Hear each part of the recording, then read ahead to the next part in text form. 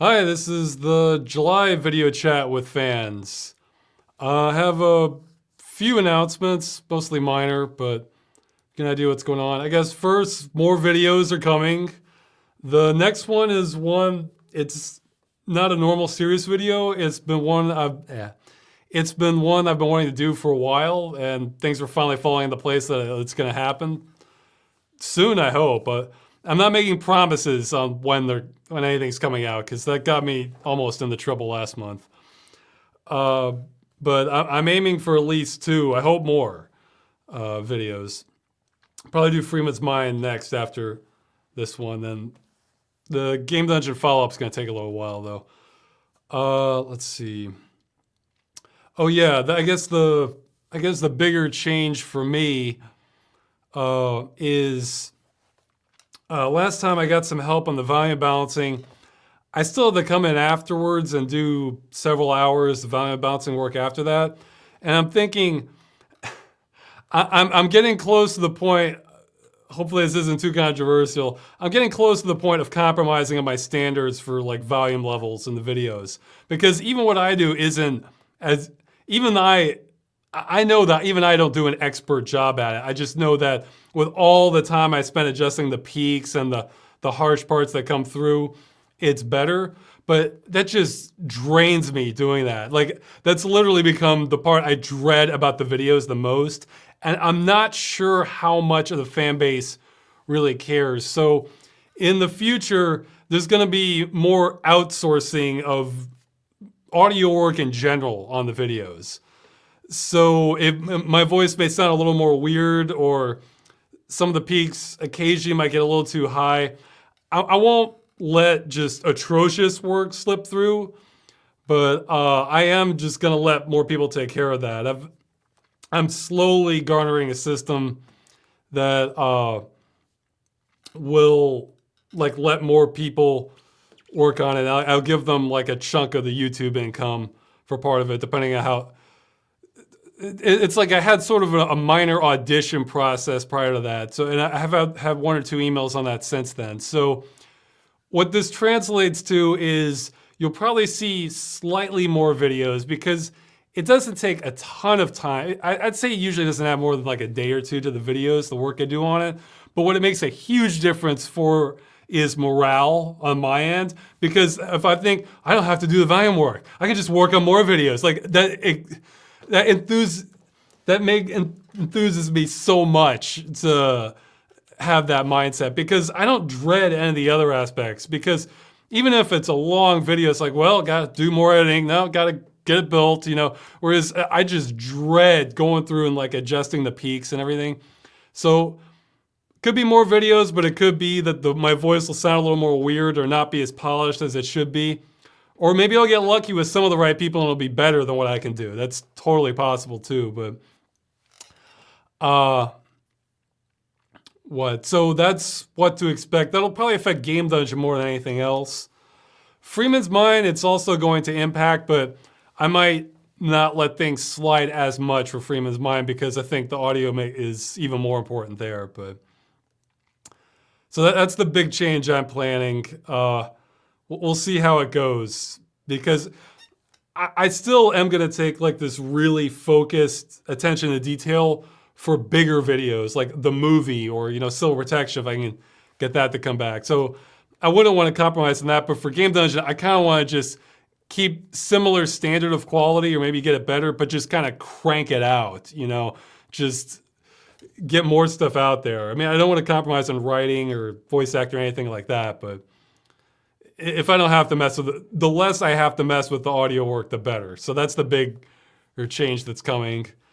Hopefully it doesn't backfire, because it's just not worth it for me. And I think the audience may not notice that much, or the bulk of the audience may not even notice the difference anyway. So that's a corner I'm finally cutting. And at some point, may or may not happen this month, I am going to have a follow-up, the first follow-up to the Games as a Services fraud video. It's the biggest updates will just kind of be what's going on with US law, and I'll expand on some topics that may not necessarily been covered in the first one. No updates on international situation yet, though, which is probably where most of the work needs to happen on that. And also, I have something extra in that I'm going to expand upon that actually gives some cause for hope that doesn't rely on the legal system. So I'll get more into that, more of that. But let's see. What? Yeah, I think that, and I may have more game sessions this month. I'll see. Fortress Forever turned out better than I was expecting, so might do more of that. I think that's it for now, and I'll answer the questions people submitted, and I'll go to live questions at the end of the chat. So let me find that. Okay, the top one isn't even a question. They're just saying keep it up, essentially, and they're glad I'm doing it. Thanks. I'll say this. I say this sometimes in emails. I feel confident I have not gotten to my best work yet. I mean, everything with like Game Dungeon and Freeman's Mind. I mean, from my perspective, I guess. Obviously, viewers are gonna have their own favorites, but I see that as more just kind of stopgap material to get something out that I can get out in a sane amount of time. That's what the movie is definitely going to be like a high point for me. And even once the movie's done, if I'm not just completely burned out from animation, I have other ideas of things I'd like to do. So it's kind of a slow burn to build up to other stuff. But I'm glad you guys are sticking with it one way or another, or drop me for months or even years at a time, then come back and then just catch up on everything. I'm totally fine with that. So I guess thanks. More things are coming. I don't like to, rely. Let's see. Wait, what am I doing? I lost the chat. Okay, moving windows. I don't like to rely. Just take people for granted too much. I guess that's what I'm getting at. So I kind of want to keep having good stuff, or halfway good stuff that's worth watching. So okay. Well, I guess the other half is if society really does start crumbling at some point, I'll remember this. The people who maybe wanted somebody's out on a farm, has extra space for people willing to help, that sort of thing. But okay, next question. Besides Deus Ex, do you have any other series? Oh yeah, maybe the chat can tell me when I've gotten to the 15th question. You can just spam that. I've gotten that, and then I'll pick after that. Besides Deus Ex, do you have any other series that you'd like to marathon review on Game Dungeon? Not really. I mean, well, okay. There is actually the one I'm leaning towards doing after the follow-up episode.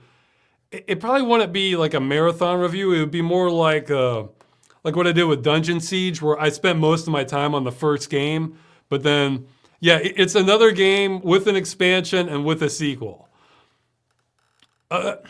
Although I forget that Dungeon Siege had a third game. So I guess not exactly like that. But so yeah, you can try and guess which game that is. It's not Supreme Commander, because that also has an expansion and a sequel. But it's one for a specific reason, surprise reason that I'm thinking, yeah, I better get this one out a little sooner.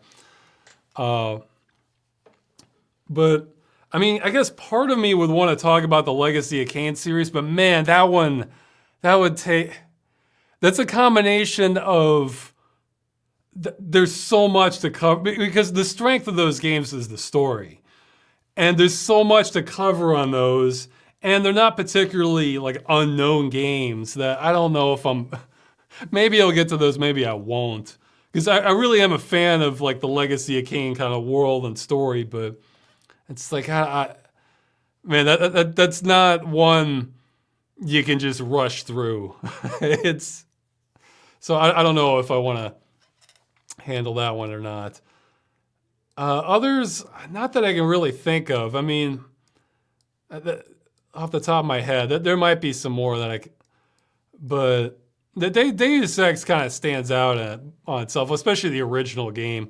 The other two I kind of wanted to cover because you kind of see what happened to it after that, and there was sort of a resurging interest in Deus Ex once Human Revolution came out, and I felt like that's one where I feel like I was in the minority opinion. So for a popular game where my view kind of stands out from what the normal crowd does, then that kind of makes me want to do a game dungeon on it more rather than less. Whereas if I'm just saying the same thing everybody else does, I might cover something else, you know?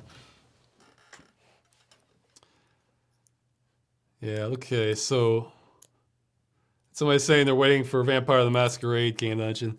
Yeah, see, that's another one where I have kind of mixed feelings about, because it's like, well, it's all right, but then the new one's coming out, so then everybody's going to be covering that. So it's like, well, do I really need to get on that then? But I don't know. Let's see. Okay, so yeah, I should keep moving on. Yeah. Okay, they're talking about Adobe Flash is set to be discontinued next year. What do you think about the loss of classic Flash games going forward? And he's recommending the Submachine series. I haven't played that. Well, the thing is, you're not. I think I covered this in another video. I can't remember. I want to say it was either a Game Dungeon follow-up or else maybe one of the Dead Game News episodes. But Flash, a lot of these games are still going to be playable. It's the whole games as a service thing. The games on Flash that will just not be playable in the future are ones where you had to connect to the website or the company's server, not Adobe's server, but the company making the Flash game in order to run the game. So if they didn't do that, if it was still possible to run it, then you're going to be able to play Flash games 20 years from now. It's not going to be an issue. I mean, there's standalone Flash players. There's official standalone Flash players from Adobe right now. That's how I did the Last Stand videos and some other stuff. But see what Flash did was it made it easy to have it on a web browser, and when it's convenient like that, a lot of people don't take the time or didn't even think to just rip that from the cache and back it up somewhere offline. So it made it easier to have games as a service, but I don't think there was anything, I mean, I could be mistaken, but I don't think there was anything inherent in Flash where it was Flash itself that meant the game died. So yeah, the analogy I made in that video, I forget which one it was that, so Flash was guilty of the home invasion, but they were not guilty of killing the hostages, They made it easier for that to happen, but they didn't, I don't think they specifically had anything that ensured that the games would die. So that's why streaming games are a big deal, because no, the technology itself, if you're only releasing your game through streaming only, then that's kind of putting it on death row.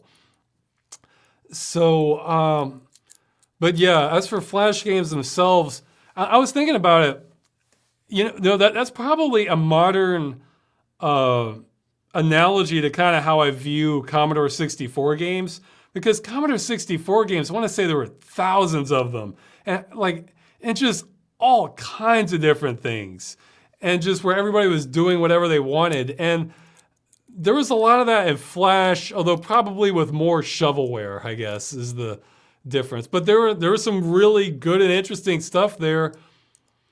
And there was plenty of garbage too, but it's more of a Wild West situation where you could find stuff that just everyone forgot about, or maybe people were unaware of this game existing. But I guess the difference is there was probably a heavier focus on monetization by the time Flash came out.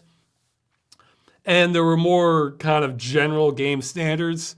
Whereas with Commodore 64, there were a lot of people just programming it on their own computer. And so you saw a lot more weird stuff and things that just defy good game design too. And you obviously didn't have the same focus on monetization. I mean, there's still plenty of that, but not to the same degree. So, but yeah, I'm glad people are backing up the good ones. I just do not even have the time to attempt to do that. I only played just kind of a smattering of Flash games. I definitely didn't dive deep into everything that was out there. Okay, let's see.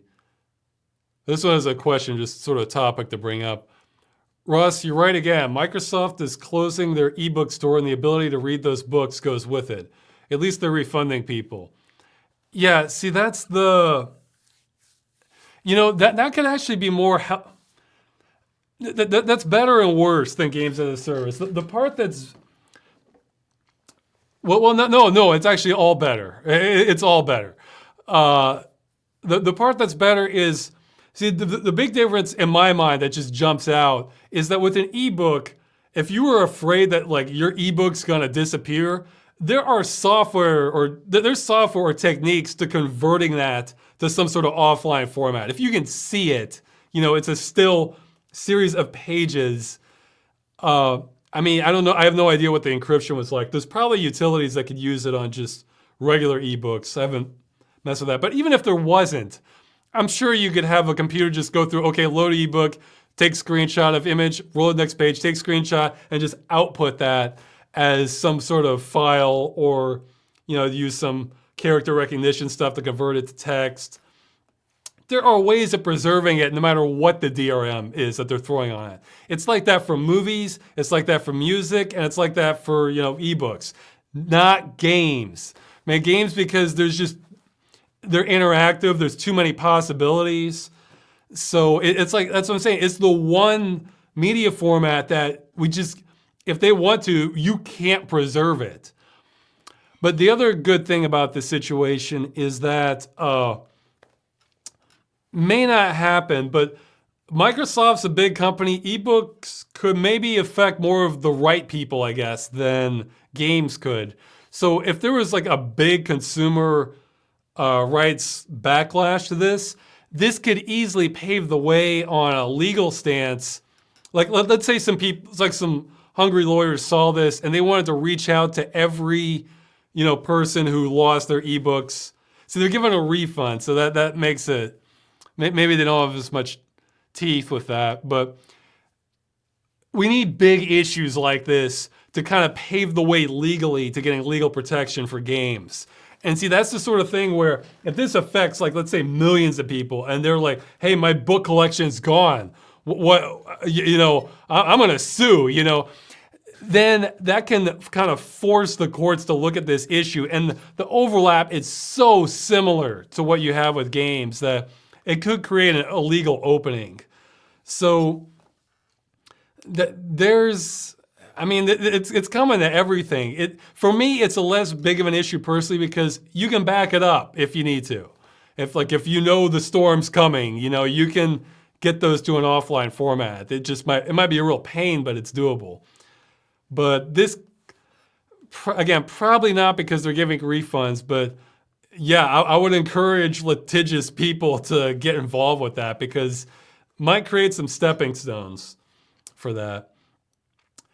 Okay, yeah, keep moving on with the questions.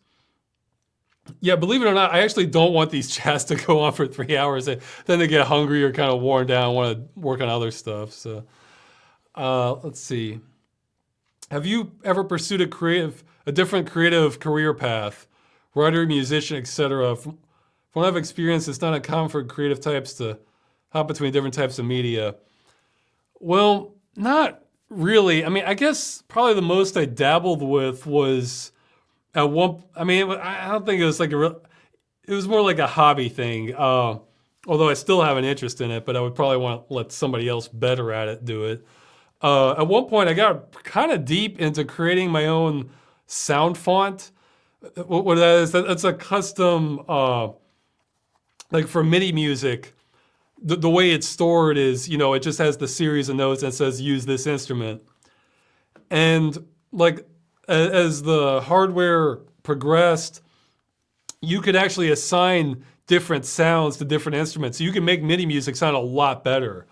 And I was experimenting with trying to kind of create my own to make the MIDI music sound better. I wasn't coming up with fresh instruments, but I was just scouring the internet for all these different, they were called sound fonts or sound banks for that, and pulling out like the best, what I thought were like the best, violin or the best piano or this particular drum sound.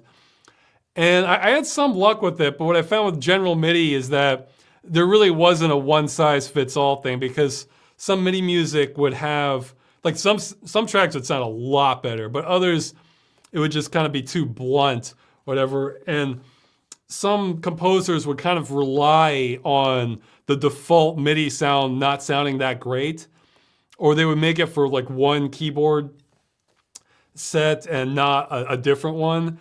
And it just wouldn't always translate that well. But it's the sort of thing where I'd love to see an enthusiast go in there and just try to make the best, conversions of this stuff to WAV or MP3 or something, using the best techniques for that game. So what works for something like Descent may not work for, I don't know, like Sam & Max Hit the Road or some Sierra game or something. So they would custom tune these fonts to the games. I'd love to see something like that. But I think for everything I'm trying to do, that's just one project I'm going to write off completely for me to do it. I'd still love to get the music there, but yeah, for other things, I guess the thing is, I always had the perception of creative work that it was just completely unrealistic or you'd have to be so lucky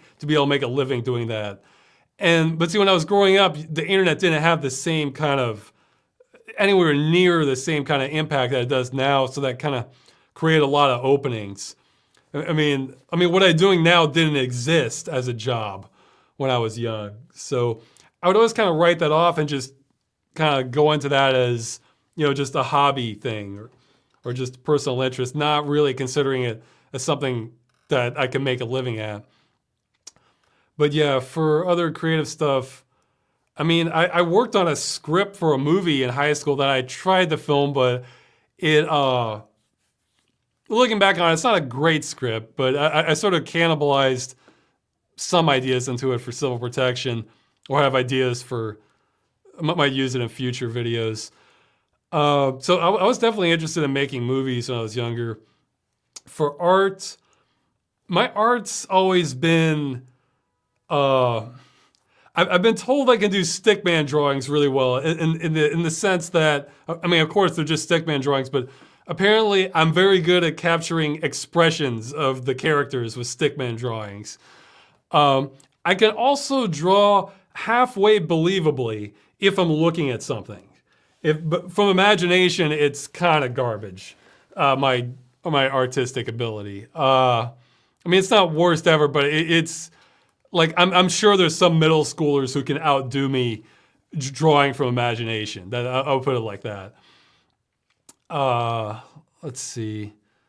For music, I still kind of would like to learn how to do a few songs on keyboard. I'm not particularly good at coming up with creative song ideas or notes. I either don't have that kind of training or don't have that kind of innate ability. I kind of see composers as like magicians almost, that they can just come up with these fantastic sounding tunes or songs. So I've never really had much of a talent for that, but although I may have sort of have an idea for one theme in the movie that might work well, unless a composer can come and outdo me, which could happen, because I could maybe give an idea for like, well, here's what I was thinking for like the opening credits music, and then they might see what I'm doing and come up with something better, in which case I'll just use their work and they'll get full credits. So, but we'll see. I dabbled with that a little bit, but I don't have that innate talent. I think that's the main thing I can think of. I did a little bit more with writing, but for where I am now, my biggest interest is certainly like with making videos. So, with art, I'd rather just appreciate other art that people have done better. Well, actually, there was sort of a hobbyist idea I had that with this NVIDIA AI thing I saw where they were showing these real simple drawings and he was using this deep learning to make it look almost like a photo. I thought it'd be kind of fun to almost do that for all these old sort of Commodore games where they have like, for RPGs, they have like a still shot of the landscape, and it's real crude. Well, it's kind of cool to bring that to life. That was an idea I had for doing just basic art, but if I could have it AI assisted, it'll probably look a lot better. So, okay, I should keep moving on. Let's see. With all the negative trends in the games industry, loot boxes, reduction of physical ownership, games dying, what's a positive trend or two that you've noticed and look forward to seeing continue?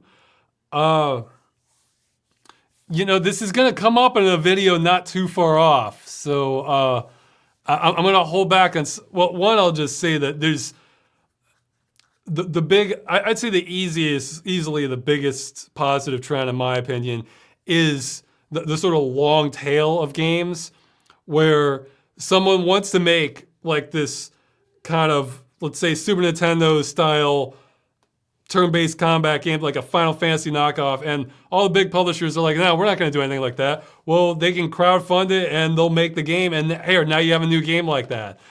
And there's just so many things like that with kind of Metroid clones or Castlevania ones, or well, that was, or you know, Space Sim. So we're kind of seeing all these niche interest games that were kind of fading off. I want to say like in the mid 2000s, they were harder to find. It's a complete renaissance for that sort of thing.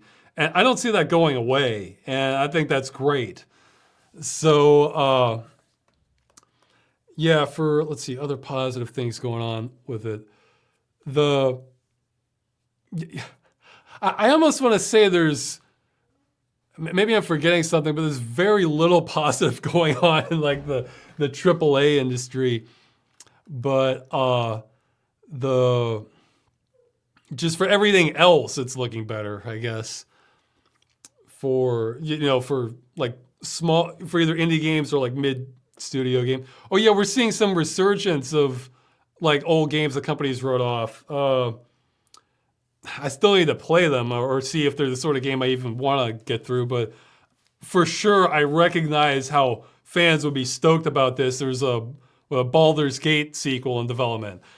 And you'll see these games. Yeah, there was a Toe Jam and Earl sequel that came back. I think it's great that, you can, it's like, well, big studios aren't interested, so fine. Everybody else except the big studios are in. So that's great. Yeah, so I'm talking about my optimism. I'll put it like this. The next sort of non-series video I'm doing, it's going to give you some cause for optimism. I'll say that. I don't want to spoil too much about it, but that's probably what's coming next. So you're going to have, you'll be able to see. And then there's another thing that's actually I'm going to cover in the follow-up to the Games as a Service video. So I plan to end that on a legit cause for optimism. Like, because I don't like building optimism where I don't think there is any. This is one where I'm seeing the actual path to something positive. So it's actually something I've mentioned, but I'm going to go into more detail on it. So I don't want to spoil the whole video yet. But so yeah, I am definitely someone who's against false optimism, or at least for me, because I think that kind of crushes hopes even more than just having none at all.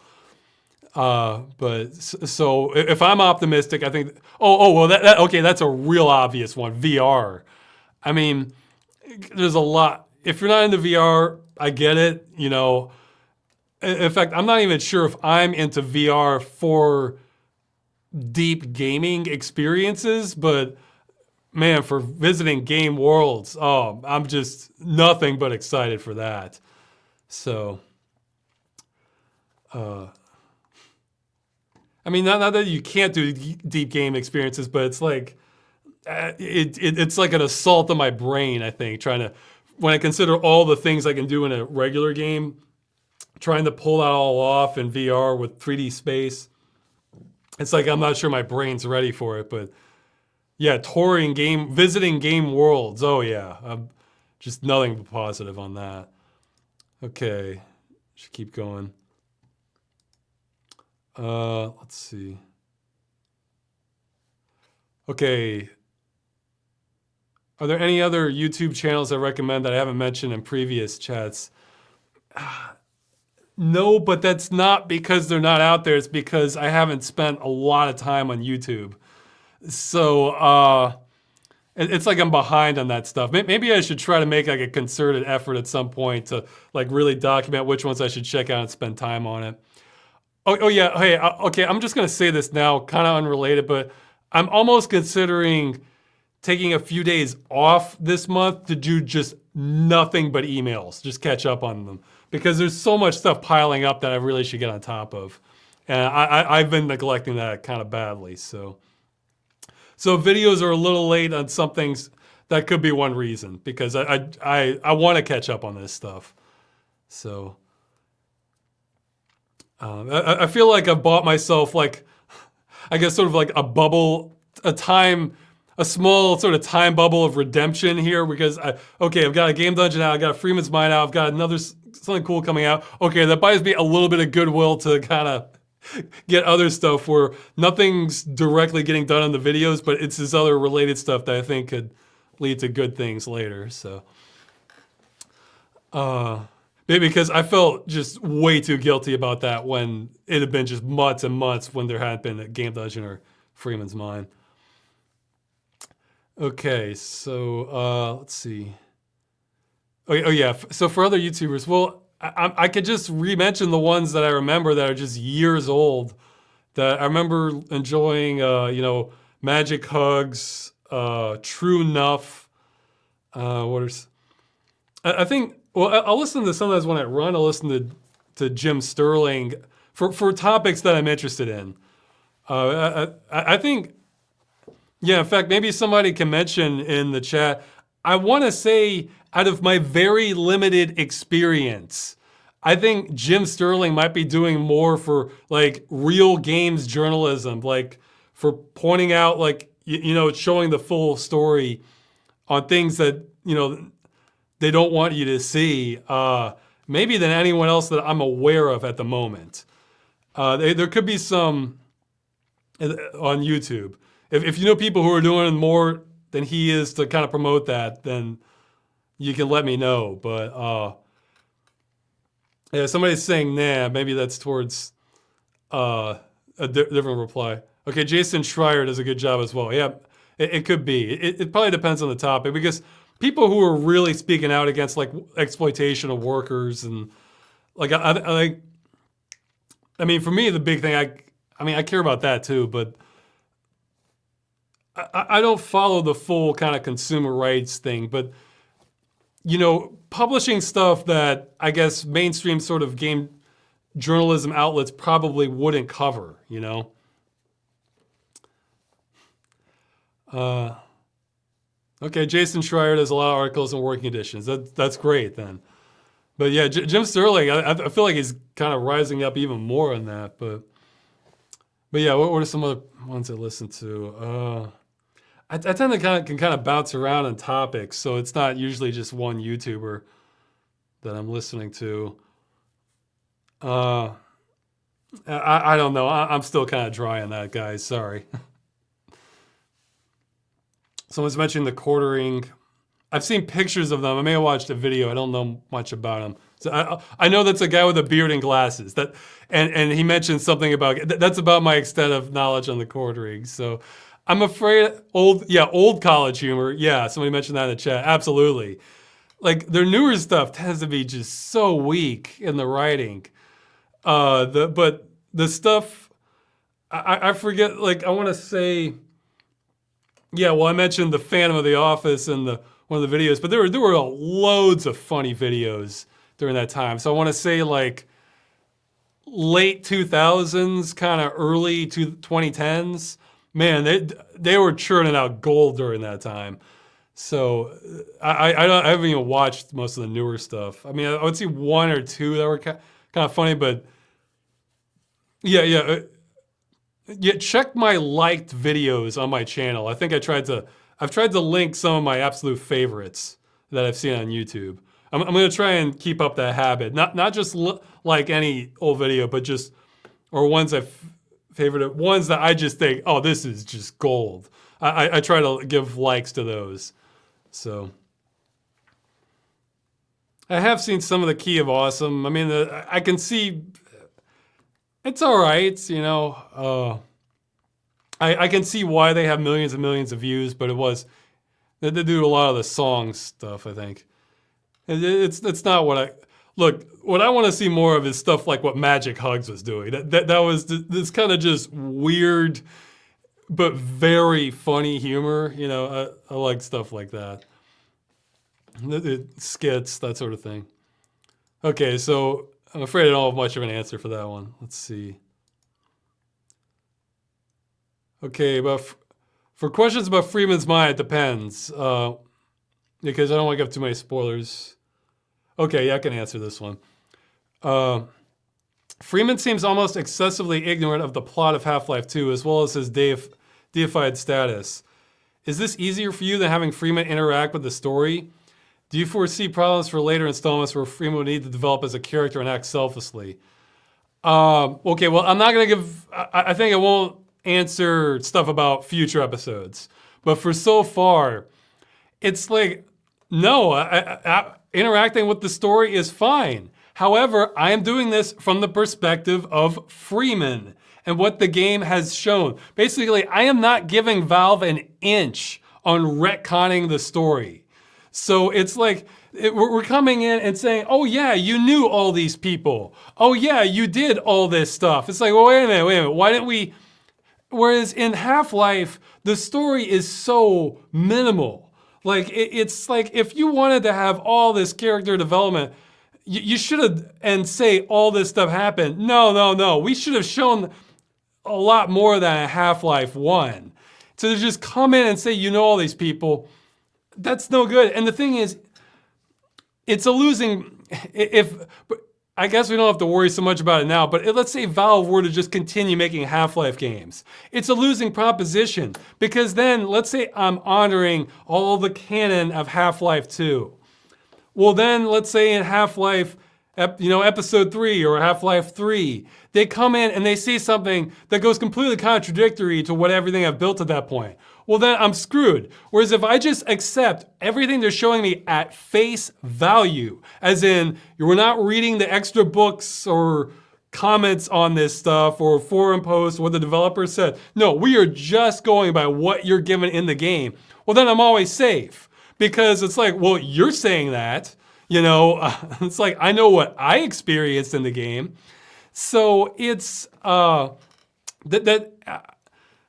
feel like that's the only way to go on that. Now, if it's a brand new character, as in, Freeman did not know this person at Half-Life 1, and now we're being introduced to them at Half-Life 2, fine. I will engage them completely at face value. That's fine, I'm not against them having new characters, but I never liked how it's like, oh yeah, you know this person, you know this person, if you're gonna do that, you better be operating off of an amnesia storyline, in fact, I think The Witcher's like that. It's like you run into people, you start off The Witcher, you have amnesia, you don't know what happened. So, fine.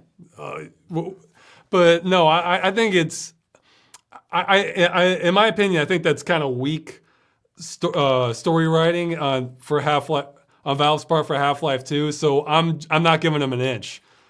So yeah, it's definitely easier to interact with the story, but with the plot, look, you've been watching what Freeman has been watching. You gotta look at this through the lens of Freeman. You don't know these people. You're still trying to piece together these events. You're just thrust into the situation. They give you 3 sentences. Okay, now out the door. Now you're being shot at until you run into some other survivor. It's like they're just spinning you around every which way. So, what? It's, I'm taking it at face value for I'd say I'm not trying to deliberately be ignorant of it. Yeah, I guess I know some things, but what I'm trying to do is remember. See, when I played Half-Life 2, I didn't have all this context. I haven't read like Raising the Bar or checked all these like kind of canon outside the game post. I went into it like just a normal player. And I remember being kind of confused. It's like, well, okay, they want me to do this. Why am I doing this? Like, so I'm trying to recapture that for the video. And you know what? That works perfectly for Freeman's perspective, because it's like, we're just going by what they give you.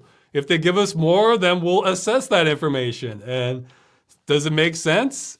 And also, there's going to be, Freeman is going to have his own personality with things too. So if it just seems to fly in the face of the character I've established for him, then we'll see how much we want to take the weight on that. But it's I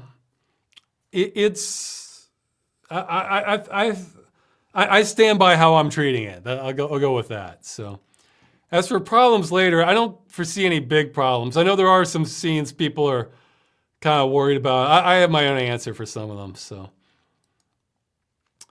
okay, I think. Okay, there was a lot of replies to the Freeman's My question. Why aren't you using an unofficial build of DOSBox with save states for DOS games? I was actually unaware of that until I saw this post. And it's saying, you keep complaining about stuff that this feature already solves. Well, I don't think that would have mattered much for the last one, because that, like for, what was it, D. Hohenvelt, you know, the Cave Story saga, that had a save game system. You know, I mean, it was sort of a pain. I didn't mention that because you had to stop and save it, and then you had to scroll down, and then you would have to type in the name of the save, except if you typed it in at normal speed, the game wouldn't process that, and it would skip like, you know, 80% of your letters. So I had to type it in like, you know, KCAVE. You know, I had to like slow down and do it slow enough for the computer to process it. So it was a minor pain, but see, now I have those saves backed up, so if I need to show footage from it again later, it should be pretty easy. No, I'll take that into consideration. I think in the past I read about that, and it was either like really prototypal or like you could sometimes it works, sometimes it doesn't. Like I was running into that with the Commodore 64 save state, like for the Captain Zap. Yeah, sometimes it would work, sometimes it wouldn't. You know, but that can make a big difference on some DOS games. I guess I'll take that into consideration. I think that makes the most sense for games where you go real deep and you have no save state, or they're just completely punitive as far as the like action and difficulty. So you know, it's something that just like I could see like I don't know if I really want to cover it, but the DOS version of Mega Man is kind of like that, where I could see that. Yeah, I could see wanting a save state for that one. But yeah, and actually for Niet 3, where the saves were an issue, I mean, they had them, but at a cost. I think that came out before those versions of DOSBox did that you're talking about. So, but yeah, I was unaware of it. So I guess I'll have to take that into consideration. Okay. Okay, someone's talking about the frog people jokes in original Freeman's Mind and connecting. I want to know if they were deliberately connected or just two jokes of similar concepts. No, I think I was trying to connect them. I try to connect stuff when I can, and like when I remember and it makes sense. I'll forget things, so, but if I realize, oh, this would be a natural place to work in something else, then I try to do that. So that was intentional, to try to have connections.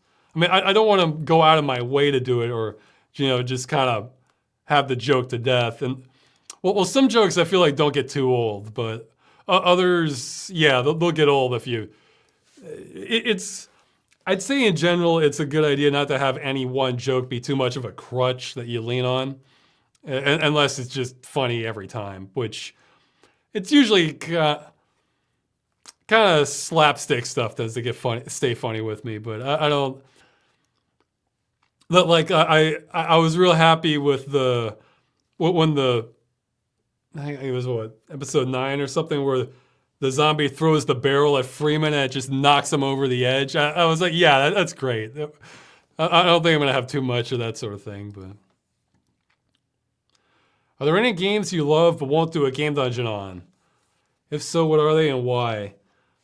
Well, I guess an easy answer would probably be Nintendo stuff, because I just don't even want to walk, for two reasons. One is I don't even want to walk into that minefield where they want to just demonetize it because, or give a copyright strike even, because I had footage from the game. And it's like, why bother, you know? And the other is there's so many people covering Nintendo up and down that I can't think of, I'm very unlikely to say anything that insightful on it that somebody else hasn't covered. And then like to the second degree where not only have they covered everything I would have said, but then they go like 3 layers deeper on because they're game historians and know all about it, or had some interviews with people, that sort of thing. So I doubt I'll cover Nintendo games. I mean, I love Super Metroid. I think it's a great game. I think Donkey Kong Country is a great game. You know, they had some classics in there, especially like some of the Super Nintendo stuff. But or the Castlevania games. You know, well, I guess that was Capcom. Well, yeah, this was Rare doing Donkey Kong Country. But I don't know. I get hesitant about doing much of anything with Nintendo. We'll see. Yeah, just any game company that's just known to be kind of want to just exterminate every instance of their stuff on YouTube. Yeah, somebody's saying cover Sega. I have a Sega game I might cover at some time. I might get to that. And it's a game I like too. So yeah, yes, Sega's kind of done better lately, I think. I think at one point they had issues where they were just covering everything. I heard an issue where they were demonetizing everything with Sonic, but I hope they've backed down from that. We'll see. No, it's not Seaman. I don't want to cover. I don't have any desire to cover that game. From what I've seen, I haven't played it, and what I have seen of it, it strikes me as, you know what, I've done my time with Armed and Delirious and some other weird stuff. I don't have to cover every weird game out there. Let's see, but yeah, others that I won't do a game. I mean, in general, the rule of thumb with Game Dungeon is that I want it to be interesting and entertaining in some way. So if it's a game, sometimes the worst games are easier to do that on, because it's just like, you just run into so many things like, what were they doing here? You know, it's kind of a fascination to it. If it's a good game, I feel like I've got to show, I want to get people excited about the game, I guess. So some games it's easier to do that with others, or say something that nobody else has. So I'd say there aren't too many off the table, but I'm gonna gravitate towards what I think is what I think is the most entertaining. But hey, I'll say actually the next non-follow-up game dungeons I'm leaning towards, I think they're both good games coming up. So the Cave Story, that was an unknown game. I went into, I was writing the script for that. Like I would play some of it, then write that chunk of the script, and play some more, write that chunk of the script. So I was going in there blind. I didn't know how it was going to turn out. So, all right, more questions. How do you feel about the big 80s revival of recent years? Hotline Miami, Far Cry 3 Blood Dragon, Moonbeam City. I don't know Moonbeam City. 1988X, I'm not sure I know that. As well as the flood of synthwave composers like Carpenter Brute. I need to catch up on the synthwave stuff. Personally, I kind of love it. I mean, I like that kind of music. I like the kind of more expressive. I don't. Maybe some people in the chat don't know the. I don't know the right words for that stuff, but sort of this kind of abstract neon look you would see to things. I feel like that's something that was really cool that you saw in the 80s. Like, I don't really care about the, let's make this completely authentic to the 80s thing, like exactly how it was set up. But the authenticity, like I think Shovel Knight did that. Like they tried to make it like really authentic towards a Nintendo game. It's like, oh, whatever. I mean, that doesn't do much for me, but just, it's like, no, we're gonna theme things like, you know what, like we're just gonna go with this kind of moody synth wave music and just have this kind of cool art style you would see on like posters or just in sci-fi movies and stuff. Like, yeah, let's keep it going. Like, I think I love that stuff. So, yeah, I'm happy for it. So it's not that I care about the 80s stuff itself or authentic 80s or 80s pop icons. That's whatever, you know, that doesn't, but like, you know, well, you have the same thing in art, you know, like there's certain art periods where where this style was predominant, like pointillism or, geez, I'm losing my words, or abstractism. I kind of feel like we had this real kind of like style or multiple styles that were established in the 80s with movies and music and art. And I feel like that's a legitimate kind of theme and style and everything that I like. So yes, I'd love to see more of that sort of thing. So, but I think it's great. Well, hey, I was always on Tom White's, he scored an interview with Alexander Brandon that he invited me on for. That was one of the questions I asked him, is that in a lot of, if you look at music from the 80s and 90s in games, like you tend to have so much more expressiveness to them than like a lot of mainstream games now. It's like, well, let's water it down. Let's make it more like movies, and or just even in movies too. You know, like, here, let's make this all just like a toned down symphony score. Maybe we'll add a few electronic elements and that's it. But no, you have like you'd have distinctive themes in like a lot of movies and games in 80s, 90s. And I tend to prefer that style more with music. Like just, yeah, let's have it stand out. You know, and you know, so you don't have to make it 80s themed specifically, but I think it's great. So. And for people who are sick of that, I get it, because there is a lot of that thing now, but it's like the zombies. I liked it before it had the resurgence. So I'm happy to see it coming. There's plenty of games I'm looking forward to that have that kind of theming to them. So, okay. Ross, do you plan on playing any more translated games? If so, any in particular? I don't have any plans for them, but you know what? It's the sort of thing when I was looking in the past, when I would look through abandonware, I would just sort of write those off because I figured, well, you know what? I'm not going to learn the language just to play this game. So, yeah, people were talking about how John Carpenter is a musical genius. Yeah, he's done some good stuff. I'm trying to think of what's John Carpenter's like. I'm trying to think of like what my favorite music of his is. But yeah, okay.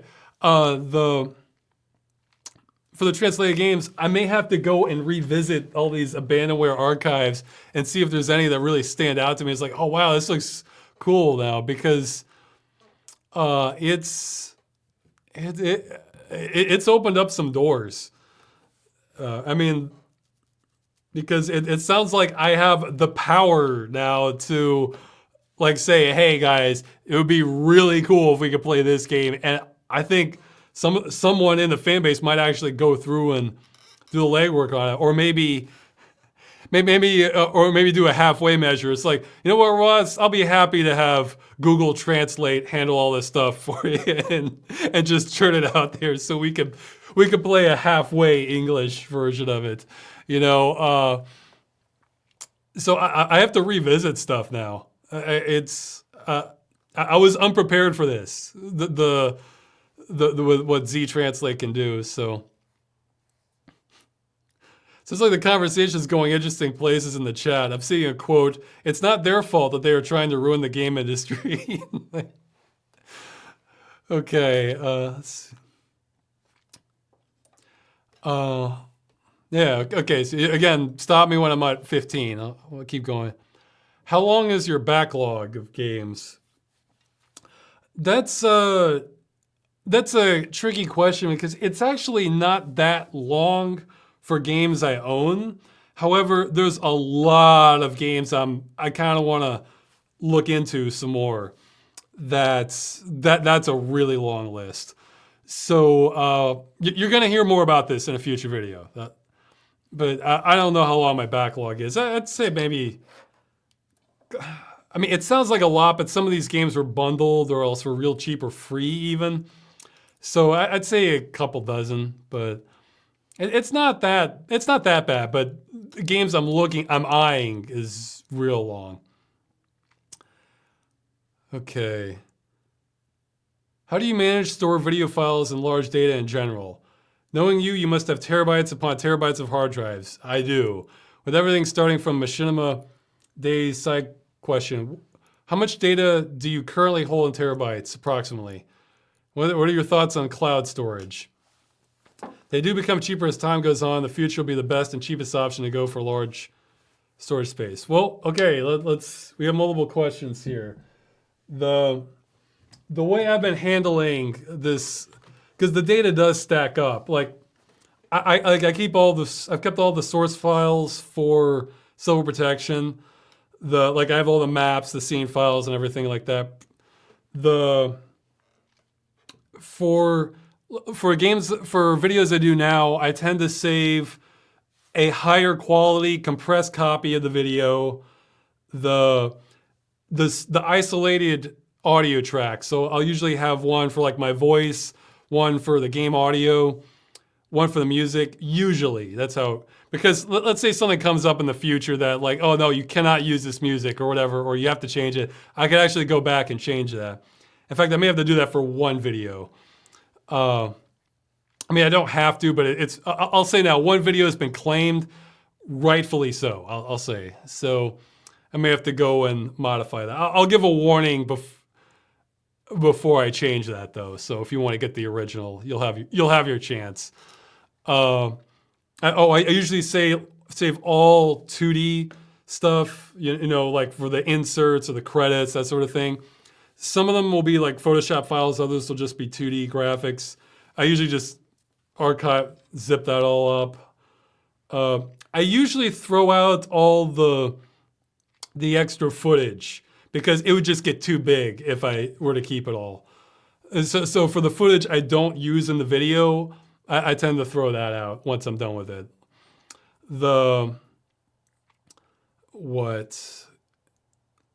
I mean, because it would just overwhelm me.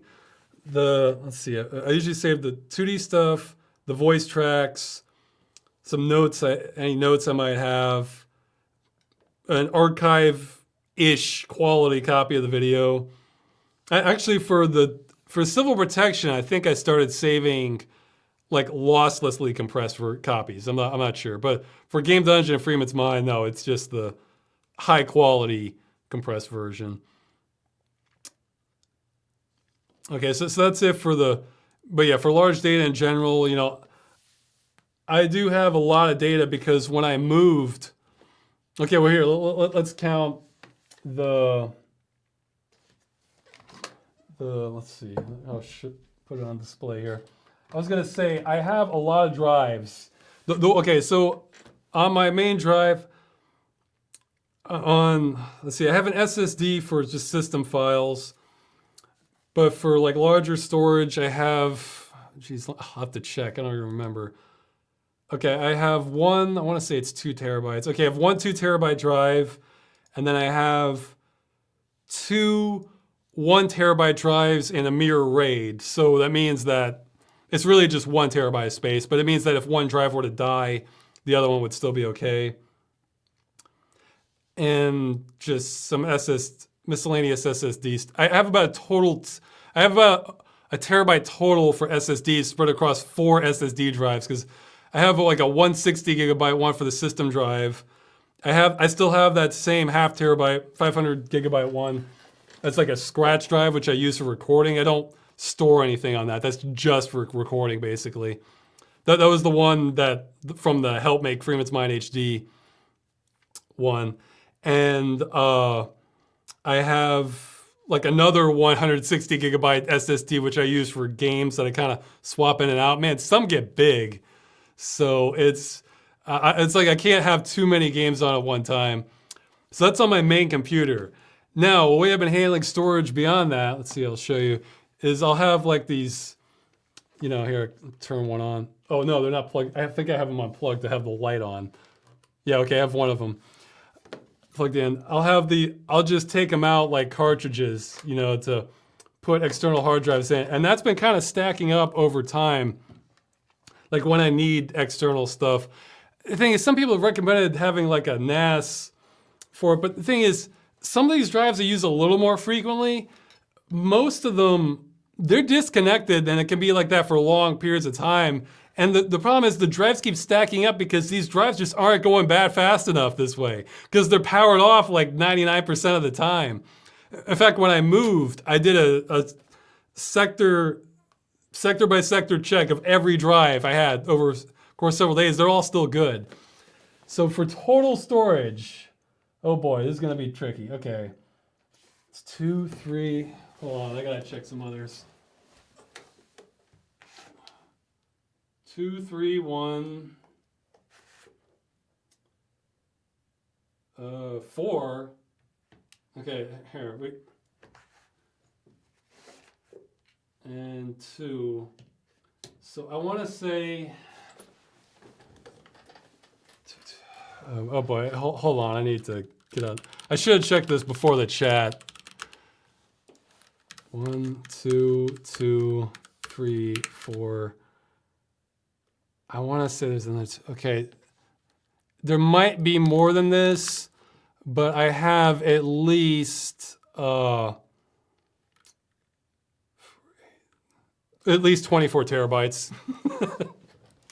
But it's not as bad as it sounds because those are all redundant. So it's like 12 terabytes, because look, for anything I really want to back up, like they're on 2 drives, because that way if one drive dies, I have the other one, and the odds of both dying at the same time are pretty low. That said, I should probably move some files, especially smaller ones, to the cloud as just a third option. If anybody wants to do the math, I mean, they're saying like cloud's better and everything, but it's like, yeah, it depends on what your quantity is. I mean, how much would it cost per year to have, okay, I guess I wouldn't need 24 terabytes if it's on the cloud, because I'm assuming they're backing that up, but I don't know, there might be situations where they lose your data. So how much would that cost per year to have 12 terabytes of storage? I think it works out cheaper with a hard drive. Some of these drives are before I moved. I mean, we're going on, and even then I owned them before that. So it wouldn't surprise me if some of these are like 10 years old. I need to look into a dedicated NAS box or look into Amazon Glacier. But yeah, but that's more heat and power running the whole time. See, it's like I haven't heard of a good answer for the, like how much is Amazon Glacier, like for price per year? And plus, this is, I wouldn't want Amazon Glacier for some stuff because this is faster than Amazon Glacier. This is USB 3.0. So for some files that I don't need it right away. Cloud isn't really good for live use. Yeah, so maybe long-term archival stuff. Like if I want to put some movies in there, that might be all right. Or some games I don't need access to frequently.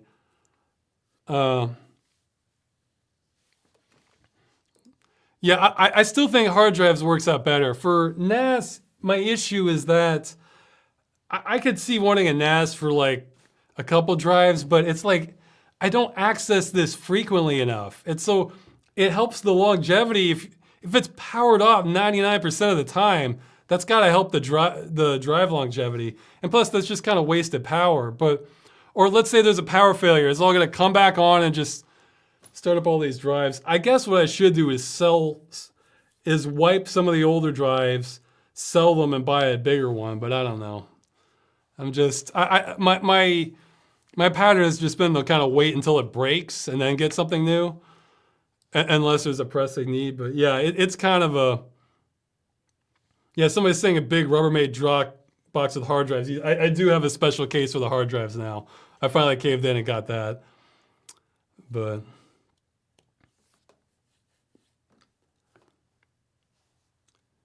Oh, Amazon Glacier is perfect for archiving stuff. You're only really charged for retrieval. Well, maybe. I don't know. But see, I retrieve this stuff sometimes. I mean, I have games I want to get around to that they're just backed up on there. Okay, so let me get to more questions.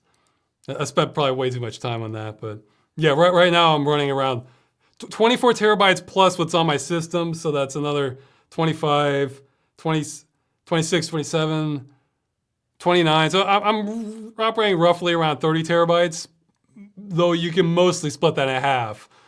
Most of that's like paranoia for drive failure. So, and somebody keeps saying, all hail the cloud. Well, we'll see. But I mean, you don't want to keep everything really at one place because say if there was a fire or a break-in, I'm not well prepared for that. So I am going to try to rely on fans actually for files that I think there's some, like I don't care if it gets leaked, you know, but but it is kind of rare stuff like maybe music or games. Some people have offered to help with that, like saying, sure, I have a 2 terabyte drive, you can put stuff on there. I might do that as sort of a poor man's, like rather than paying Amazon for everything, just put stuff on there. The problem is I need to have better record keeping so I know exactly what I put on their drive and what I put on somebody else's or something. So, okay, so it should keep going on. Are there any movies or TV shows that you like to rewatch occasionally? Any DVDs or box sets that you own? Well, again, with the videos and DVDs and stuff, that all got converted to video before I moved because I had to basically come here with, that's part of the reason I have so much in the way of drives. Okay, people are saying that was 15, okay.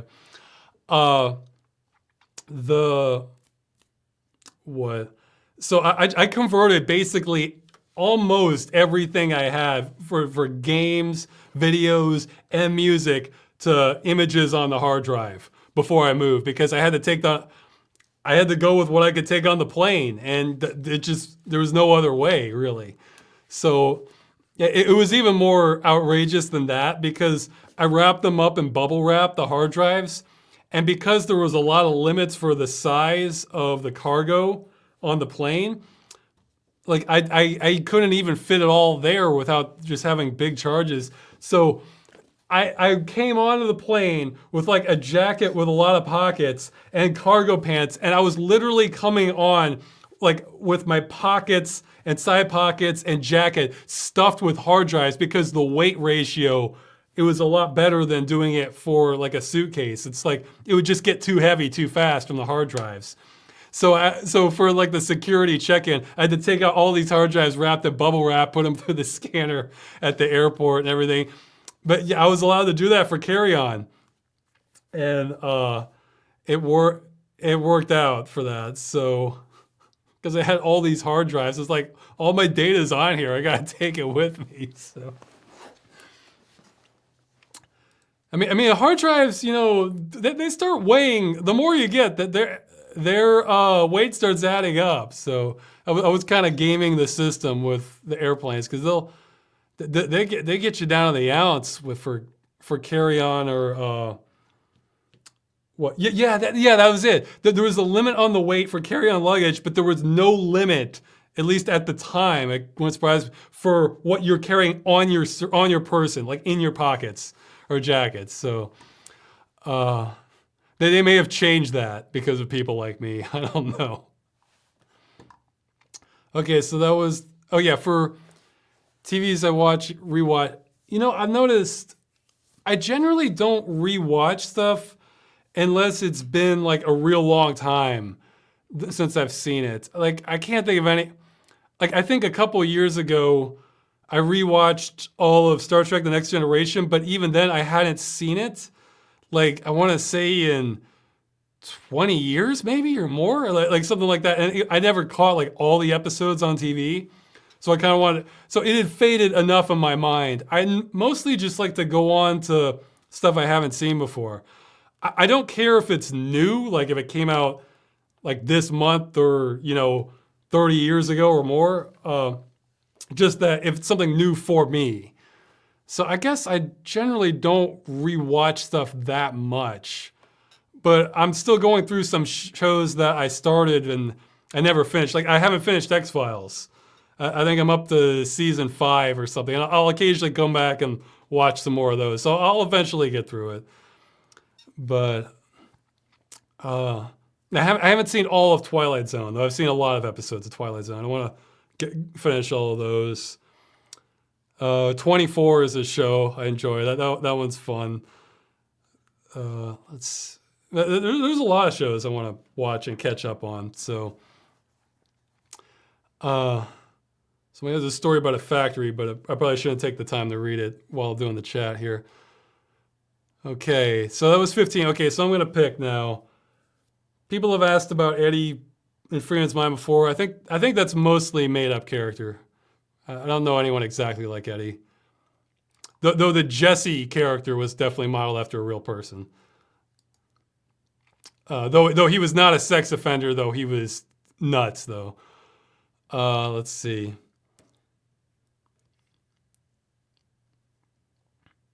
Oh, that's not a bad question. Oh yeah, and we have in the chat another System Shock 2 convert. So someone who played BioShock, then they went and played System Shock 2 and they realized that System Shock 2 was better, or I think it's better. So, but their question was, which games do you really want to play but can't because of the turn-based combat? Several, like the XCOM series. I think there's that newer one. Was it BattleTech? Geez, it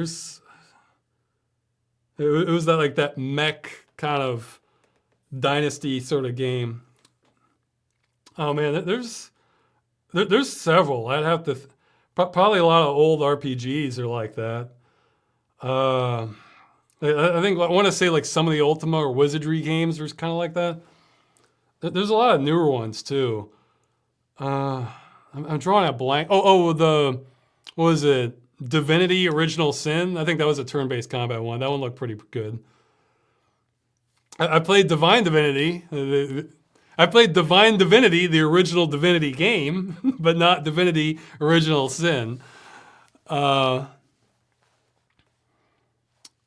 see. I'm sure there's more, but these are games that look like totally good and totally fun, but nope, I really don't like turn-based combat, so I'm going to skip them. So. Somebody's asking, is Psi worthless in System Shock 2? I think Psi powers are kind of, I want to be a psychic, so I'm going to play the game this way. And they give you an option to do that, but I found guns better for System Shock 2. I kind of wish more RPGs would do that. I mean, because System Shock 2 is like a hybrid first-person shooter RPG where not everything needs to be perfectly balanced. I like stuff where, you're going to have an easier time if you play the game this way. But if you want to play it this way, yeah, you can. Some parts will be a lot harder. Some parts may be easier and it might be more interesting to do it that way. I mean, I guess once you get into multiplayer, I guess you kind of have to have the balance unless you're really good at asymmetrical stuff. But for single player, no, man, unbalanced is great. If you want more of a challenge, play it more like a thief or something, or If you just want a simple story, you bash people with your sword. I mean, I like the asymmetry in single player games. So yeah, I don't know how many games do that now, but for single player, yeah, it totally works. You know, it's like, or some situations are easier than others, but you really kind of wanted but those might be only like 10% of what you do, so that sort of thing. Let's see. Okay, so now I get to start picking the questions. What's your primary inspiration for your writing in both Freeman's Mind and Game Dungeon? Well, Freeman's Mind, it's like just to sort of fill in the gaps. So like, what can I think about, you know, and how would Freeman react to that? For Game Dungeon, it's the inspiration. It's well, it took me a while. There's some variants. I guess I'm still figuring it out a little bit, but less so. I kind of want to like make a show out of this. Like I'm the presenter, you know, like I guess sort of like a circus ringman kind of thing. Like, oh, you know, announce what we have here, or sort of like a safari. Like, oh, we're going deep into this game. What are we gonna find? Like, uh-oh, you know, running into trouble. Like, I kind of want to take a more of a showsmanship approach to it, but the success varies on it. But kind of a guide, I guess, a guide. That's kind of how I want to go for it, but spiced up, you know. Okay, what's a game you couldn't put down? Those have been really few and far between. They're not always the best games, but sometimes they can just be really addictive. I guess in recent history, at times, it's not like that now, but at times, Path of Exile was like that. Where it's just like, no, I gotta get going for it. You know, I gotta get the character, go deeper into it. It's not my favorite game, but this certainly did this to me. The game Space Rangers. There were times where I was just like, okay, I'm just gonna play like 20 minutes. It's just like, it's been 3 hours. Like, no, what's happening? You know? It was like that. I think when I first played Grand Theft Auto 3, it was like that. I'm trying to think of some others that I just had trouble putting down. Let's see. It's pretty rare because there's some games I can like a whole lot, even love them, but I can still take it. Well, Puzzle Agent. Yeah, I just couldn't put it down. It's like, oh, okay. Because Puzzle Agent, they kind of feed you in this bite-sized level. So it's like, okay, well, I'll just finish the puzzle. It's just like, oh, well, that advanced the story. And now I have another puzzle. It's like, well, okay, come on, I can do this puzzle, you know? So that kind of pushed me forward. I have to think. Yeah, I mean, and hey, just because a game's doesn't hit the maximum addiction level doesn't mean it's not my absolute favorite. So it works on different aspects of your brain, I think, with the design. And people are talking about donuts, man. Testing me. All right. Let's see. Okay. We already asked about the YouTube question. Have you ever played a game that felt less like an immersive interactive experience and more like a movie that you'd rather just watch? Yeah, in fact, I'm kind of running into more of that. For games that I'm interested in, sometimes they make me wonder, because do I just want to watch a playthrough of this? You know, geez, which one did I watch one through? Well, I didn't have the game at the time, but Ubisoft released it for free at one point. Assassin's Creed Unity. I was just kind of curious to watch. I just watched, but that's not a good example because there's still a lot of wandering and stuff you can do in that. I guess some games. Geez, I watched something else. I'm drawing a blank. I would say though that, like, for game developers especially, that just because a game can be completely watched straight through as a movie, that doesn't mean that that's necessarily a deterrent to buying the game and playing it. Because some games, even if it could be completely watched that way, it's like, well, I want the experience of playing through it because I'm really on board with this storyline and I want to have this come to me as it happens. Oh yeah, well, one game that, well, people disagree. I did watch a complete playthrough of Metal Gear Solid, even though people love that game, just because I'm not huge on stealth gameplay, but I was curious about the story. So, yeah, for games I'm interested in the game. I'm interested in the game story, but I don't like the gameplay. Those are the best candidates.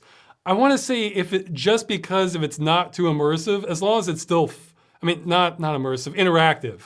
As long as it's still fun and I love it, I'll still probably want to play the game.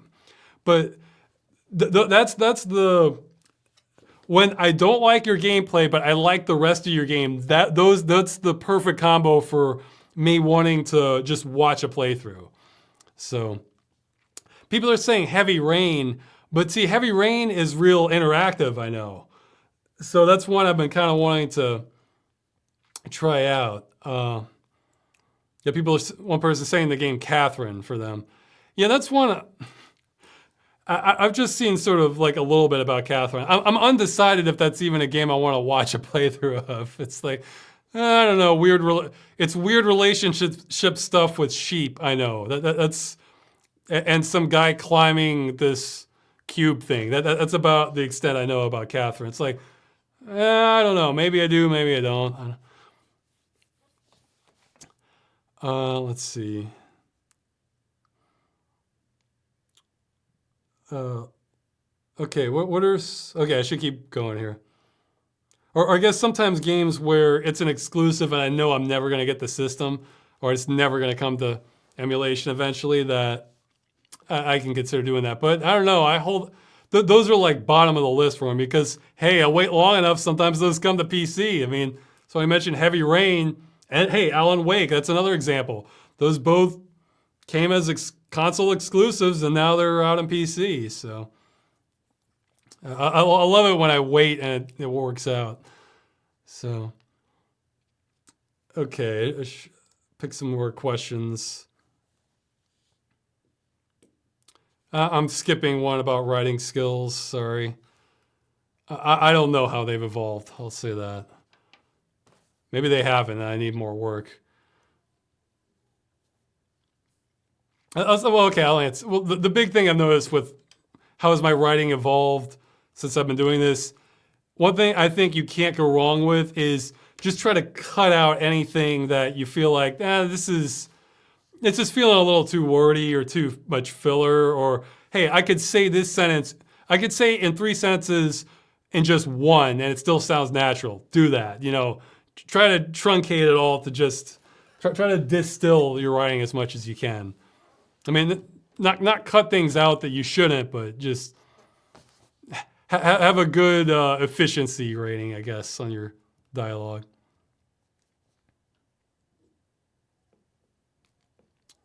I'm going to skip questions about the weather, I guess.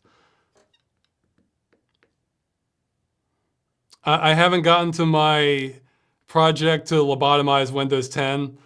I will. That's probably going to happen this year, actually. I'm skipping low voted questions about Half-Life and Half-Life 2, I guess. What is your favorite video game ending? Jeez. That's a good question, man. That's one I think I need time to think about. Like, well, one that was long and just ones that are like long and satisfying. Okay, it's not my favorite, but see, I wasn't ready for this question. It's not my favorite, but I actually did like the ending of the Supreme Commander because you get like this long talk and they're saying how it's gonna, but that's for sure not the best ending out there. The somebody's saying it's Metal Gear Solid 3. I haven't seen that or played that. Okay, let me just name some good ones then. Well, I like Contraption Zach, but that's a simpler one.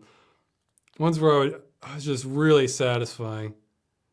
System Shock 2 saying it's amazing. Well, System Shock 2, it's good, but it's a little too short for my taste. No, I want an ending that, like, you know, you feel like you made a big difference. That it's kind of somebody's saying StarCraft 1. Yeah, StarCraft 1, it's all right. It's still like longer ones than that. I want to say Journeyman Project 3 had a good ending, but it's been a while since I've looked at it. I remember kind of liking the ending to that. It's the Secret of Monkey Island had a good ending. It's kind of drawn out. I haven't played the original Red Dead Redemption. Man, this is bugging me. I'm gonna have to think about it because there's definitely plenty. Because there's some games. Oh, okay. Silent Hill 2 had great endings. Prince of Persia: The Sands of Time had a good ending. I like that ending. That was a good one.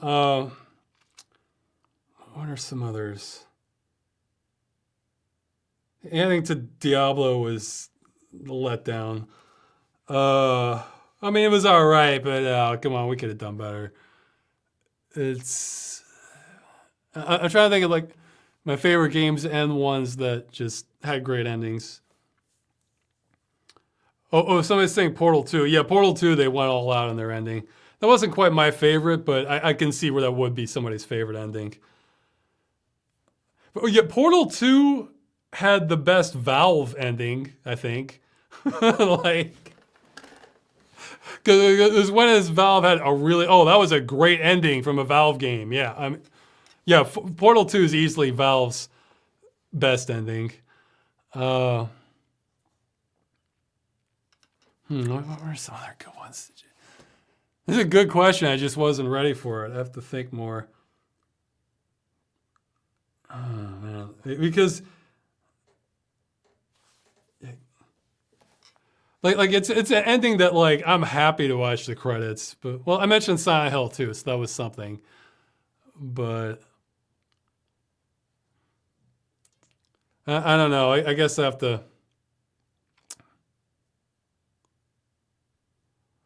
Guess I'll have to think about it. What about Fallout 1? Yeah, Fallout 1's it's an okay ending. I mean, I guess Fallout 1 gets points for the length. Okay, I haven't finished Planescape Torment yet, so I can't comment on how its ending is. I can believe it's good though. Jeez.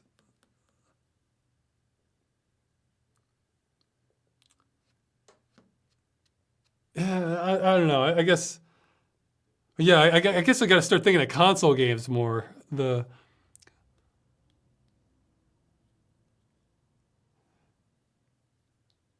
Well, hey, you know what? I enjoyed the ending to Resident Evil 2. I remember liking that because it's like we get out the tunnel and then they start playing the rock. Yeah, I'm curious if in the new one if they kept some of the same music. Because, hey, you know what? When you make a remake of a game, the graphics for sure could have aged, or maybe the gameplay does. You do a good job on the music, you're not going to top it, in the new one. So I don't know. Somebody's saying Fable ending. Fable probably had a good ending, but I don't even remember it, to be honest. So I remember a lot of the game. I remember a lot of the game in Fable, but yeah. So I wonder if they kept that rock song at the credits, like, "Hey, it's up to us to stop Umbrella." I wonder if they kept that for the new one, because that was a good song at the end of that. Okay, well, that's enough. I have to think about it. That's a great question, though. Which game has the best ending? Because for sure, some have. Oh, somebody's saying Serious Sam, the second encounter. Oh, yeah, that was a great ending. I mean, it was simple, but yeah, Yeah, I like that one because I think you can do better, but I love that ending because you have like the scenic cathedral, the god rays of the sun coming in through the clouds, wonderful music, and then you have this feels like you had a great victory, and then as it's fading off with the credits, you get like the phone call, and then just they're screwing around. So it's like I like the big finality to everything, but then I also like and the spectacle of all that, which it does. But then I also like the just kind of your sort of falling action after the ending. It's just like, yeah, well, you're here for the credits. Let's relax and have a good. Uh, we'll have a good time for the ending of it. You know, yeah, and I love their credits music for the Serious Sam. I forget if it's the first encounter or second encounter. It's like this kind of rock music that they come. It's great. I love it. So okay, and somebody's saying Carnival. Well, Carnival is a great ending in its own way. That's not my favorite though, but it's good in its own way. It's not the most satisfying ending, but okay. I should keep going here. I have not played many games for fun since the last video chat, actually, but I probably will for this month. Let's see.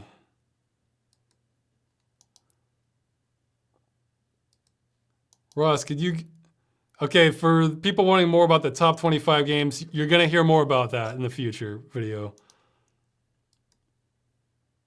Okay, this person in the chat was really wanting the answer. I don't mind. Okay, now that you have some experience with Linux, what is your opinion on the current state of Linux on desktop?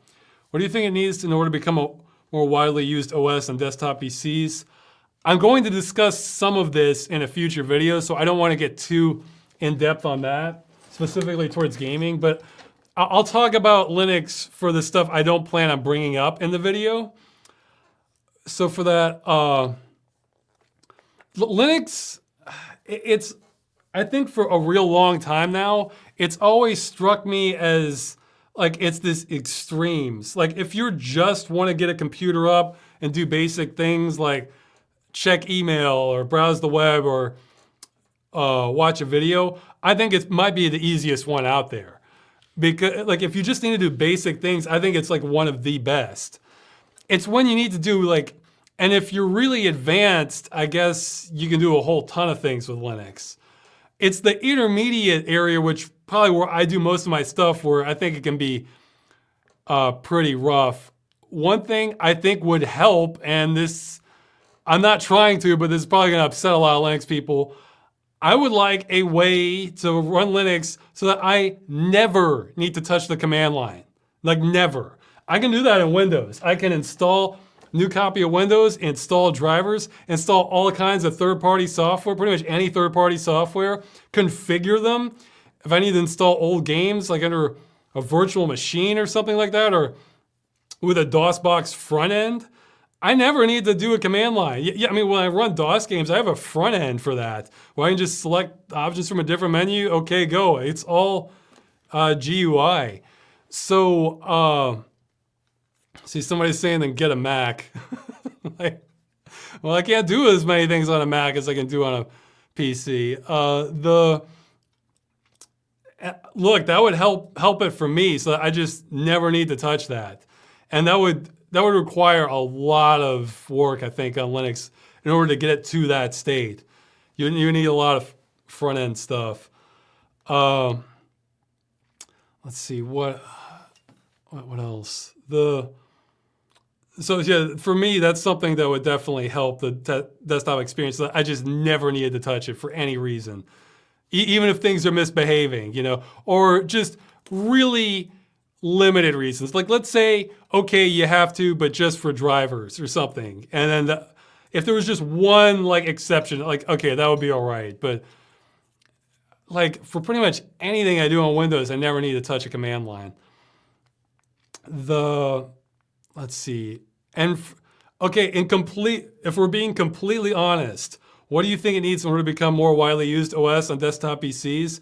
I think you would need a lot of money backing it, paying, I guess, PC manufacturers or distributors to kind of push Linux on the desktop, have advertisements, like, because I think a lot of the reason Windows still has the usage that it does, I mean, partially because of entrenchment, but partially because that's people need a computer. Okay, that's what they get. You would need to get Linux more visible on machines so it really does look like a 50-50 option if people go into a store somewhere to buy a computer. Or if they go online, they're seeing like a 50-50, Windows and Linux, like that kind of representation. Because that's why actually with what Epic is doing, not related to Linux, but with what Epic is doing with their store, I get it. Like they're trying, it's like they're trying to come in on essentially a de facto monopoly for a PC aiming against Steam. So they're strong arming it, and I completely understand how it's upsetting people. But honestly, I don't know how you would break into the market share without doing, on a significant level, without doing something similar to that.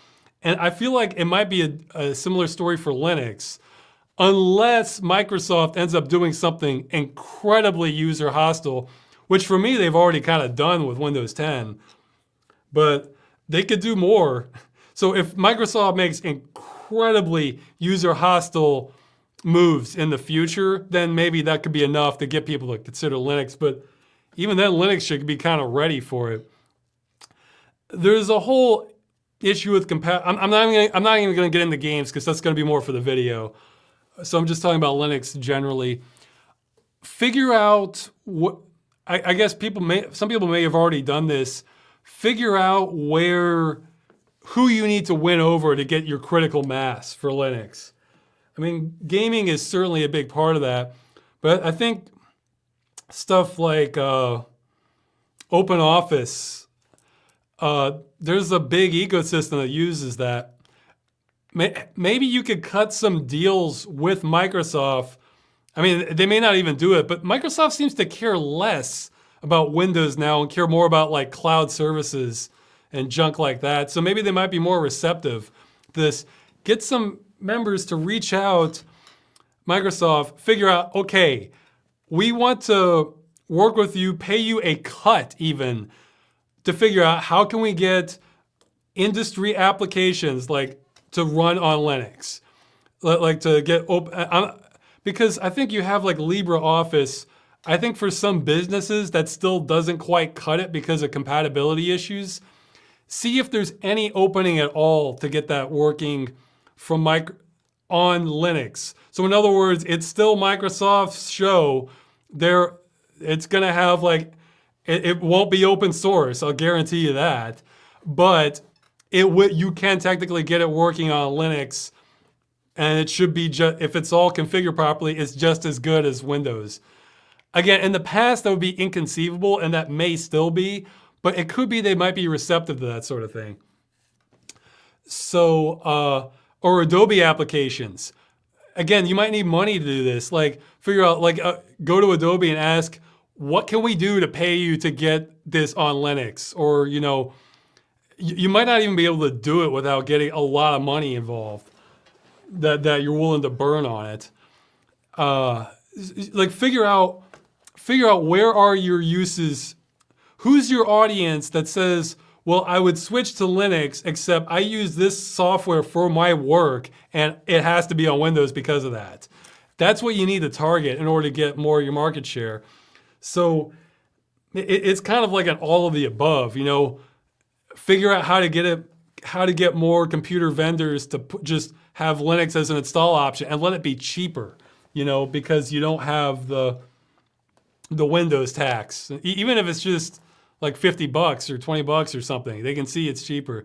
So you need that, and then you need the critical software where you have professionals where they damn well need this software to work the right way, and it could be something there really is no substitute for.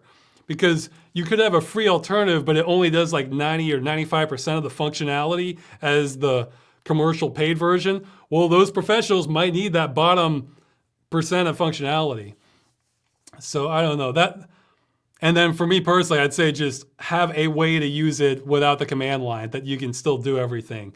Front ends are fine, so if it's something that's still designed for a command line, you can hit your options and then it sends it to it. So it could still be operating that way, but like you can do it all with the mouse if you need to, or just enter in like 1 or 2 numbers for configuring stuff. So there's still a long ways to go, I'd say, but and gaming will get its own discussion in a future video. So okay, that was a longer one.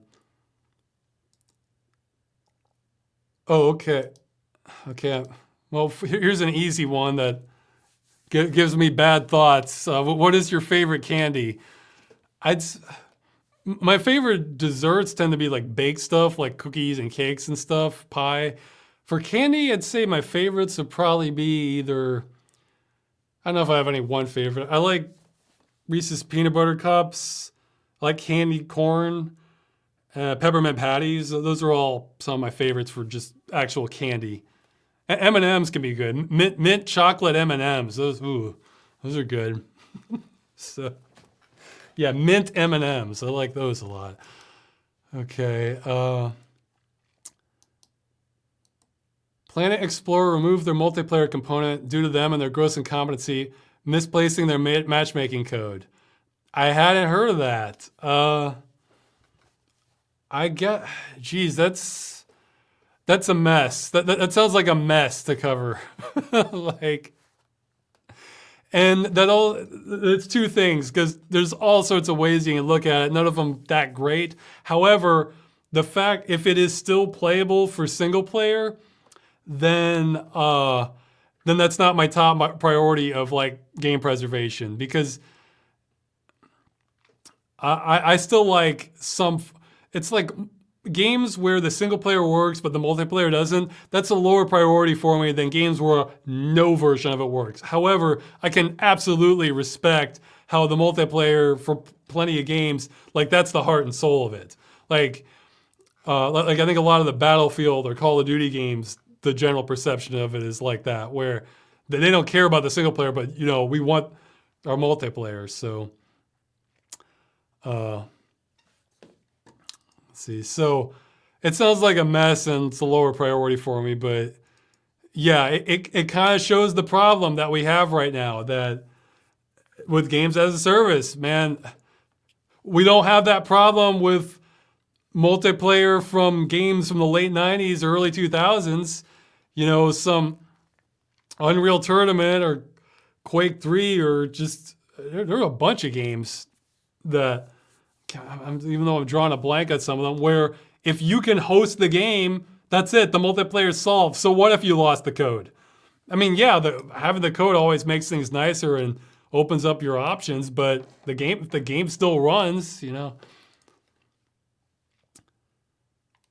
Okay, I have not played the game Beyond Atlantis, though or Atlantis 2. I've definitely heard of that one, though. Okay. I don't have plans to cover many console or handheld games, but it's possible. I kind of want things to sort of calm down on the copyright front with that, too. Let's see what... Well, in your opinion, what is the best series of games out there that everyone should try? I don't think there is one, because the games are too different.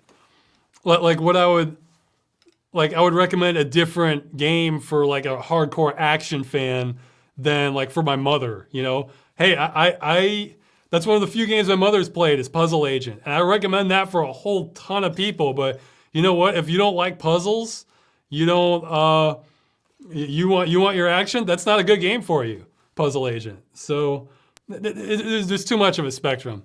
I don't think there's any one game that like everyone should try. So it just depends on what you like,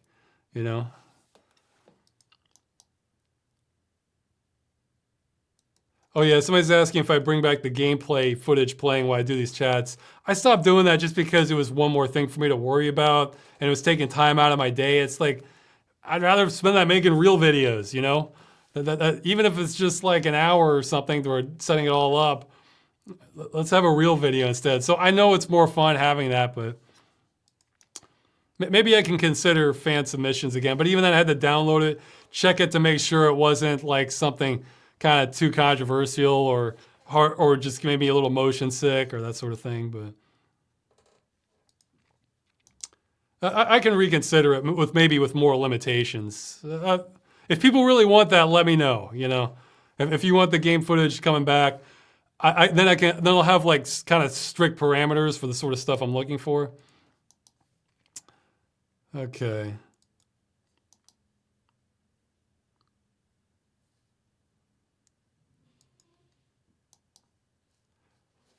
Okay. So he's asking if I was having bad luck with adventure games. Well, man, any game from like any adventure game from the 90s, you're gonna have things that just it's like gamer hostile, you know. It's you're going into hostile territory. And he's asking if there's any good ones. I haven't played as many of the newer ones yet. See with adventure games, the theme has to grab me because check out. I have no idea if it's good. I still haven't played it. It was on the runner-up list of my top 25 video. It was like Julia. It was with like a dot. It was an acronym for something. It looked like some space game. I haven't played it. That one looked promising to me. That one was more recent. I think I mentioned Paradigm. I still haven't played that one. In the Armed and Delirious one, I gave a nod to that one. So he's asking about Project Zomboid. It's still in early access, guys. I mean, maybe I'll cave in and play it eventually, but you know what? There's so many games that aren't in early access. Why don't I play those first? You know, that's kind of my attitude about early access. Let's see. Question about Half-Life, which I actually have answered in a previous chat.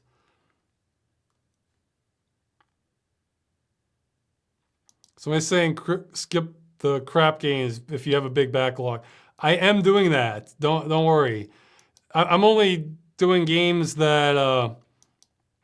The thing is, there's a lot of games where I'm definitely more stringent on what games I'm considering to play for my own amusement now. But there's a lot of games where I know this isn't going to be the greatest game, but something about it I am finding intriguing, and I like it, and I kind of want to see that. So my threshold for when I give up on a game is lowering, I guess.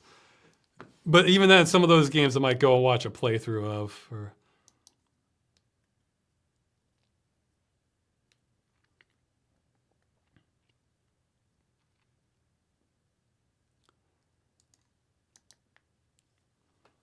Oh yeah, well, okay, I might skip some more questions. Somebody's asking food that they hate. I don't really want to dwell on that. Because I can think of some, it's like, but does the chat even really want to hear that? You know, like get the image in your head. You know, someone's asking about Devolver Digital E3 conferences. I saw some of one. I should probably watch more of those. They were definitely putting effort into them.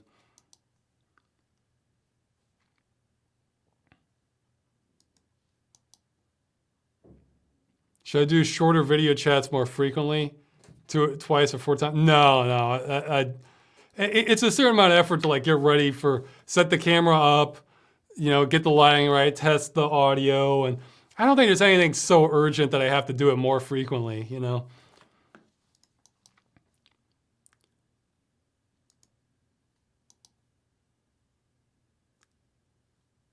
Okay, someone's saying, why don't I like TF2's art style? I don't know. I mean, it's just, it doesn't grab me. It's perfectly competent. I mean, it has that kind of Pixar style. It's just not what I prefer. Right? So, I mean, it's, I tend not to like cartoon-ish graphics as much. It's probably the sort of thing I would like more if I was younger, I guess, if I was like a kid.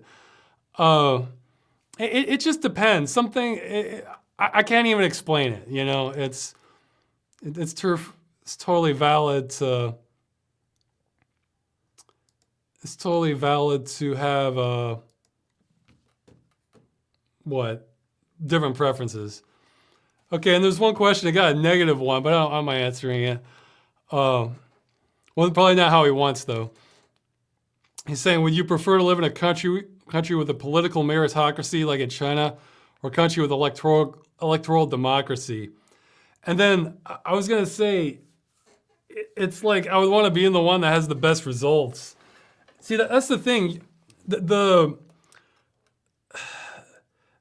thing is, you can have like a great system, like this should go great if everything's functioning well. But like, if, let's say things break down, or the bigger issue, if you have corruption, I don't have an answer for what you do when you have like corruption from within the system and it's kind of widespread and there's not much of a resistance against it. Like, or if you have a state of, or let's call it regulatory capture. See, I feel like that's see, you can brainstorm like what gets you to like closer to a utopian state. But like that's the hang up I keep coming across is like, even if this system is great and like if everybody's like on the same page, wants to do it, how do you stop this system from becoming compromised? Or if the system is partially compromised, how do you ensure it gets recorrected? And I don't have a good answer to that. And I think that's like one of the biggest challenges for humanity as a whole.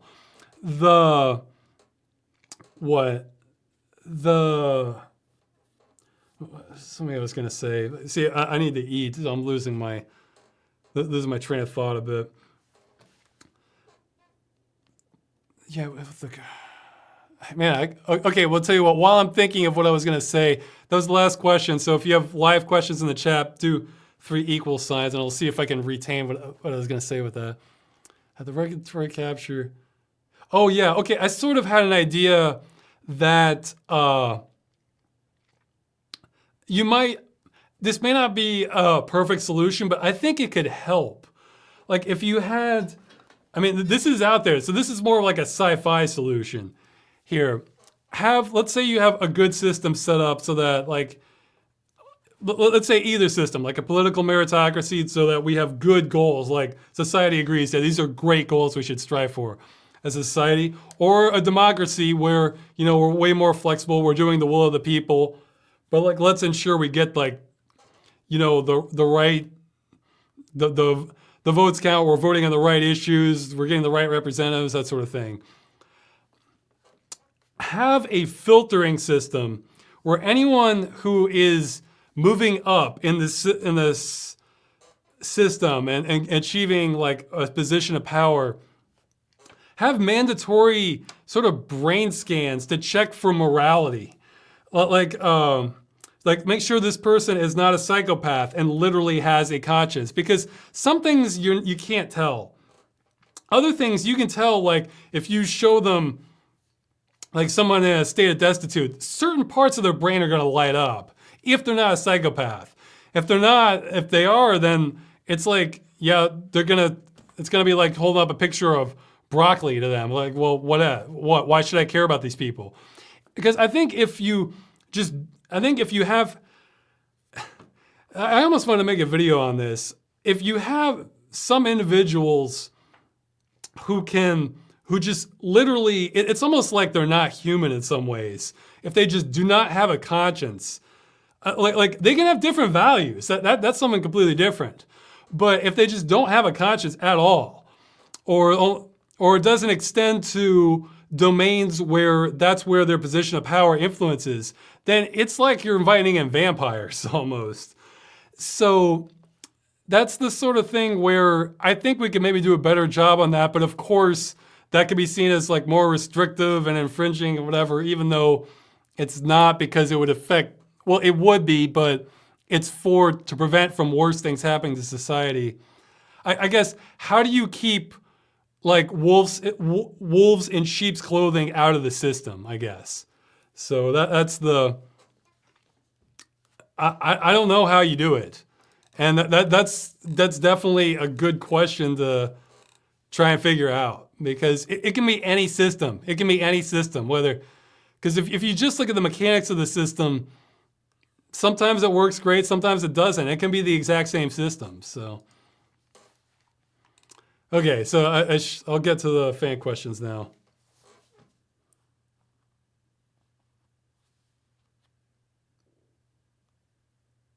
Oh, okay. Somebody's asking for the Half-Life 2 for the deification that's been shown so far. That Breen's talking about. Okay, yeah, Breen's talking about Gordon in the messianic sense and following his cause. Okay, here's exactly what happened with that specifically. The first, I honestly didn't remember that you get that broadcast and I was literally hearing that just at the edge of hearing when I was out on the dock, like looking around. I was like, what is this? And I was like, is this a bug? And then I realized it was that. So there was some time there that he was missing that just because it was so faint and on the edge. I thought, oh, that's a great way to introduce it. You know, like to just like, wait, am I hearing something? Am I going crazy? You know, so I prioritized the sort of presentation of that message over the message itself for that portion. And then once he gets into it about the, you know, following his cause, I was thinking of having a response to that, but nothing was really jumping out as like having an easy, like, you know, quick comeback to that. And it would just been kind of like confusion, and the way the wording worked out with the timing of the episode and what I had recorded. I had other lines I wanted to insert more and kind of wanted to show Freeman's paranoia more. So it just kind of swept by. See, that happens a lot in Freeman's mind, where I can have these thoughts of things I want to say, and the events don't give me enough room to say them, or by the time I've recorded the footage, I'm halfway through the episode, it's already done. I'm not going to re-record just to work in another line and just start scrap everything out. So I either have to scrap that thought or push it to a future episode. I had thought I wasn't able to work in on episode 10 that I'm going to get to it at some point, where I'm talking about how with the G-Man, how, well, you know, he thought he was incompetent, but no, he realized it was something else now. I was hoping that to complete that thought in that episode, but nope, the soldiers gonna have to come and shoot at me. Oh, there's grenades now. Oh, there's the man hacks. It's like, so I didn't get my window in. So, or if I had my window, I had to respond to something else that I knew I could only cover that episode or something like that. So this happens all the time in Freeman's mind, where I kind of have to work with in editing with what I've kind of given myself or what the game gives me. So I don't have this all planned out ahead of time, because it would just be impossible to work it out with the timing. It's something that has to remain very flexible, and sometimes that means different thoughts get cut out, because otherwise I'd be talking about, oh, is that what they think about me, in the middle of people shooting at me, and that doesn't work. So it's that's just how the cookie crumbled in that case. So. Will you have another Accursed Farms meetup and greet and sell t-shirts? Maybe eventually, but man, it's like, the problem is partially my proximity. But I mean, I can make it there back eventually. Put it like this, if I go back to USA, for sure I want to have another meetup. And for t-shirts, that's another issue. Look, I'm doing so many things at the moment. I'm afraid it just keeps getting deprioritized. I really meant what I said in the Begathon video, that I'm not a businessman at heart. I'd much rather just make more of the videos. So unfortunately, I'm a better beggar than I am a businessman. So, but I want to keep making good videos either way. So, want a donut? Yeah, I do. Although at this point, I'm so hungry. I'm lucky in that I'm so hungry that I just want normal food. Because I can really crave sweets, but if I'm really hungry, I don't want sweets. I want just real food, you know, like meat and vegetables or some carbohydrates or something like that. What are your thoughts on the upcoming Half-Life VR? I didn't know that had been announced, actually. So, I'm sure, well, Valve will probably have I'm sure it'll be a good game, but again, I'm not optimistic for me on the future of VR gaming because it's like it's rough for my brain. You know, I'm to have like as deep an experience as I want and to have the companies have the budget to throw at that for a VR exclusive. I don't know. But again, the more VR, the more game worlds in VR, the better. The end, as far as I'm concerned. I want to bring over all of them into VR. So I want to see it all. Do you consider yourself more Wallace or more Gromit? Well, Wallace is pretty tame, so I guess more Gromit. But I'm not all Gromit. I'm willing to. I think Gromit takes less risks than Wallace. You know, or his risks are way more calculated, I guess. So I'm a little halfway in between, but more towards Gromit, I guess. Because Wallace just gets. Wallace doesn't know what he's getting into, I guess. Whereas Gromit knows full well what he's getting into.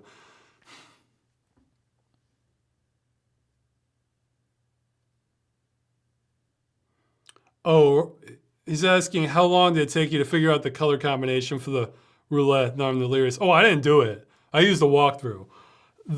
I think. I mean, did I do that blindly?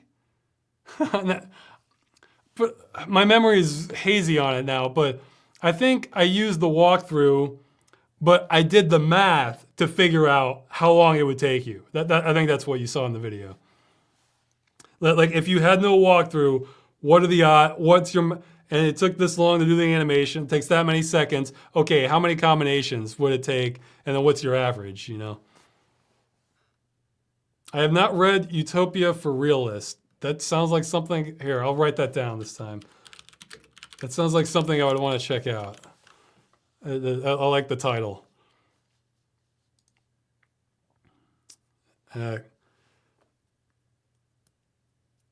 Would there be some kind of update on the VR video? Maybe, but that's low priority. Like the update right now is, it's, okay. Again, I skipped the question, but I'll get to it. The update now is, you are spoiled for choice, and it's reminding me, well, it's reminding me of like the hardware in like the late 90s or early 2000s, like video cards, everything where you just had a bunch of competitors, where you didn't just have ATI and NVIDIA and 3DFX, you also had Matrox, you had S3, and it's just so many headsets. It sounds like right now, the Valve Index is the best all-rounder, but it's not the best in each category. Like for the best resolution, you want the Reverb probably, or that Acer one that's might be coming out. For best on screen door, I'm not sure if it's the Reverb or it might be the Samsung Odyssey Plus. The best on field of vision, it's the Pimax, but I haven't seen this anywhere. If anybody knows the answer, email me. Which one has the better vertical field of vision? Is it the Pimax or the Valve Index? I think it's one of those two. So for width, it's Pimax hands down, but for the field of vision, I mean for the vertical field of view, I don't know. It's probably one of those. But if you want the best colors, that might be the Samsung Odyssey Plus, or maybe one of the. It might be one of the. I almost haven't been following Oculus and HTC, though they had the Cosmos. So it's just all over the place. And the thing is, Valve's is, if you want the best controllers, that's probably Valve. I don't know. If you want the best tracking, I have no idea. I haven't been paying attention to it. It's just all over the map. So I'm kind of waiting for the dust to settle. If I were to get one right now, the one I would probably get would be what I consider the best sit and wait option. And for me, I think that's probably the Samsung Odyssey Plus. It's not the best all around or the best in any single category, but that sucker, it got down to 250 refurbished on Newegg. So the technology is gonna get better. We're gonna have better resolution panels. they're probably gonna get more refined. Valve refined a whole lot of things except the display. Like if Valve had a higher resolution display, I might even consider just scratching together the money to get that, because then I could be using that sucker for like 10 years or more, because it would just check off all the boxes. But the display was lower resolution, so, and I heard it had those little rings for the Fresnel lens, so I don't know. And I heard it had God rays. I don't know how much that bothers me.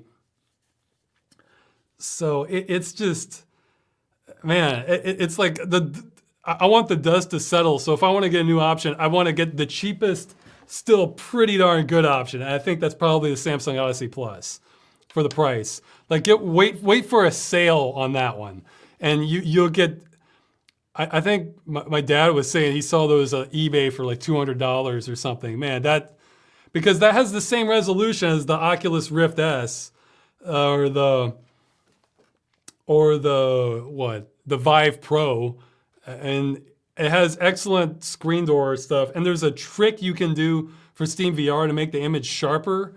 So with the configuration, and it has not as good as Valve Index, but it has, I think, one of the little bit better field of vision. So I don't know. Yeah, it's just all over. But then some people really love the wireless thing, in which case the Oculus Go what was the name of it? I forgot the name. I think it was like a 4K version of the Oculus Go, and I completely forgot the name of it. So I don't care about the wireless stuff. So it's just all over the place. So, okay, and now I lost my place. Somebody's asking about Half-Life 2. Am I using my own mod? I'm modifying some values, and sometimes I get help on the map, but it's more or less Half-Life 2 otherwise. Stay strong, Ross. You can make it. Well, look, I'm feeling relief now that I got Game Dungeon and Freeman's Mind out. And look, if people are doing the volume, somebody else is doing the volume balancing, and I'm basically kind of washing my hands of the matter, saying I'll just accept that it's maybe not as good as I could possibly make it. I mean, it's still not horrendous. I'm not going to let it be horrendous. That is so huge for me in morale that I'm just excited to keep making more videos, man. That makes a huge difference for me. So, okay. Well, you can grow a glorious full beard. Well, I might at some point. We'll see. If I go bald, I might go down that road.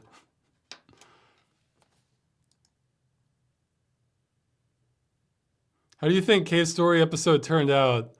Do you have any extra thoughts on it to add that didn't make it to the video? I think Cave Story, I maybe should have edited that one down much. I think I was kind of erring on showing more than less, because nobody had seen this game in English before, just about. So I kind of wanted to give people a fuller perception of it. Looking back, I think I would have cut down on more things because I felt like, once you're getting like 30, 40 minutes in, it's feeling like, okay, this is dragging on a little bit. And so I would have chopped that down some more. And I wasn't terribly happy with some of my acoustic. Look, I'm perfectly aware of this, and I hate it, and I'm going to try to do better. Where sometimes it sounds like I'm just kind of blasting people with the audio because I'm too loud, and it's just how the microphone's capturing me and my enthusiasm kind of pushing through, or a bad habit of mine. I'm trying to get better at that. So we'll see. Because I don't want to be like low energy and just be like, okay, here's the Game Dungeon. I saw this game before, and what I found is that can be kind of sensitive if I just talk normally, depending on the mic. So I don't know. I want enthused, but not blasting people. That's my goal, and I apologize when I don't do that. So I'm still working on it. So hopefully that'll get better in time. It's something I'm very consciously aware of, and I mean that's assuming I'm not shouting on purpose. Because look, that thing with the key, that just floored me. Like I clicked on that. I did that twice. I clicked the key on the door twice, and then now it works. Well, And it could have been like this weird hitbox thing where you had to like click on the keyhole or like the key or the like the plate. But I think I even did that in one of them. I have no idea what happened, but I'm not gonna lose sleep over that. But man, that just floored me, you know. I have not played Bloodstained yet. I'll probably get to it eventually. The thing, okay, maybe to me this is like such a nonsensical point, but some people probably get offended by it. One of the things that sort of okay, here's the thing with Castlevania. Like the earlier games, it's just Castlevania, killing monsters, everything. And at some point, they sort of switched over to like this obvious anime influence. And that was never really my thing. But the thing is, I love Castlevania. So I just sort of tolerate that. It's like, all right, whatever. We'll have this, but it's still good music. And I was seeing like way more of the anime influence in Bloodstained, which is kind of turning me off from it more. I'm there for the monsters and the awesome music and the cool environments, and that's what I'm showing up for. I don't care about the anime characters. So, but I get how that's become like a mainstay of the series now. But I think like the early shots I saw, they were showing like this girl in like this real skimpy kind of mini skirt or something, and it's like, you know, in all fairness, I guess the original Simon Belmont had a pretty skimpy outfit, but I think that was sort of modeled after like a Roman legionnaire look or something like that. So it kind of had its traditional thing. I don't know. I kind of want to see my character if you want to sell me on the threat of the monsters. I kind of want to see my characters armored more. I don't know. It's just a dumb thing, and I feel like the skimpy miniskirt combined with the anime influence was kind of pushing this into territory. It's like, this doesn't make it to the top of my list. That's not what I'm there for. That's not why. But like this, I'm not saying you shouldn't have that if you want that in your game, but I'm saying that's not why I'm showing up to a Castlevania knockoff. So maybe they change the design on that more or something, but I'd rather focus on other Castlevania knockoffs if that's the route we're going. Because skimpy mini skirts with anime isn't why I show up to Castlevania. So I feel like whenever I get in these conversations, I'm upsetting someone, but it's just how I see it. So let's see. What about a meetup tour in Europe? You definitely have fans here. Yeah, maybe at some point, but I gotta see what's compatible with my wife's anxieties and everything, because I don't want to push her towards anything. However, I will say, for sure, I'm going to do something once the movie's done. For sure. I'll have to meet up with some people, because, I mean, come on, that's just going to be too big of an event for me. Are you right or left-handed? I am right-handed, though I tend to use ambidextrous mice because I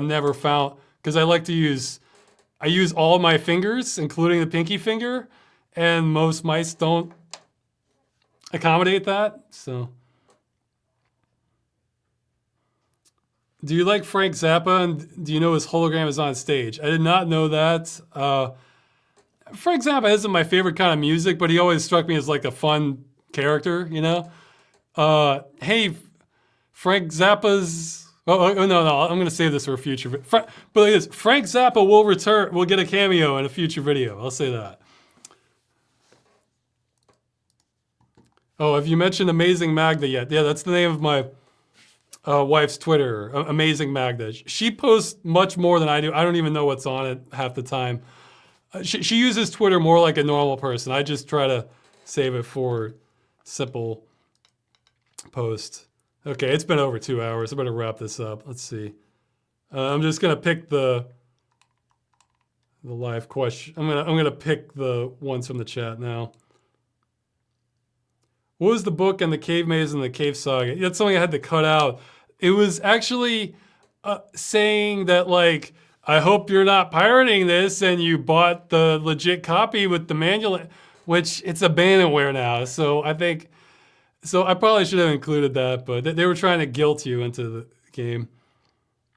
Okay, any more questions? Yeah, the other thing you needed from that maze was the map. People were saying, what about still life too? Yeah, she's okay. Well, we'll end it with that. Saying on Twitter, she put a picture of me next to a car that had the license plate "Go Satan." She's the one who pushed me to get a picture for that. So like, okay. So I'm there throwing up the horns in front of some guy's random car there. If you want to see that. Okay, so I'm gonna end the chat now. I have a video the next video coming out is one where you're either gonna think, whatever, not that big a deal, or you're gonna love it. You're gonna absolutely love it. So I don't know which way you're gonna fall on that, but I'm pretty sure of at least a few people it's gonna blow their minds what's in this next video. So other people are not gonna care. So that's what's coming next. Probably Freeman's Mind after that. Another game dungeon. So we'll see. More cool videos coming out, I think. I'm happy with how things are going, especially since I don't have to do volume balancing. It makes me so happy. Okay, I'll see you next time.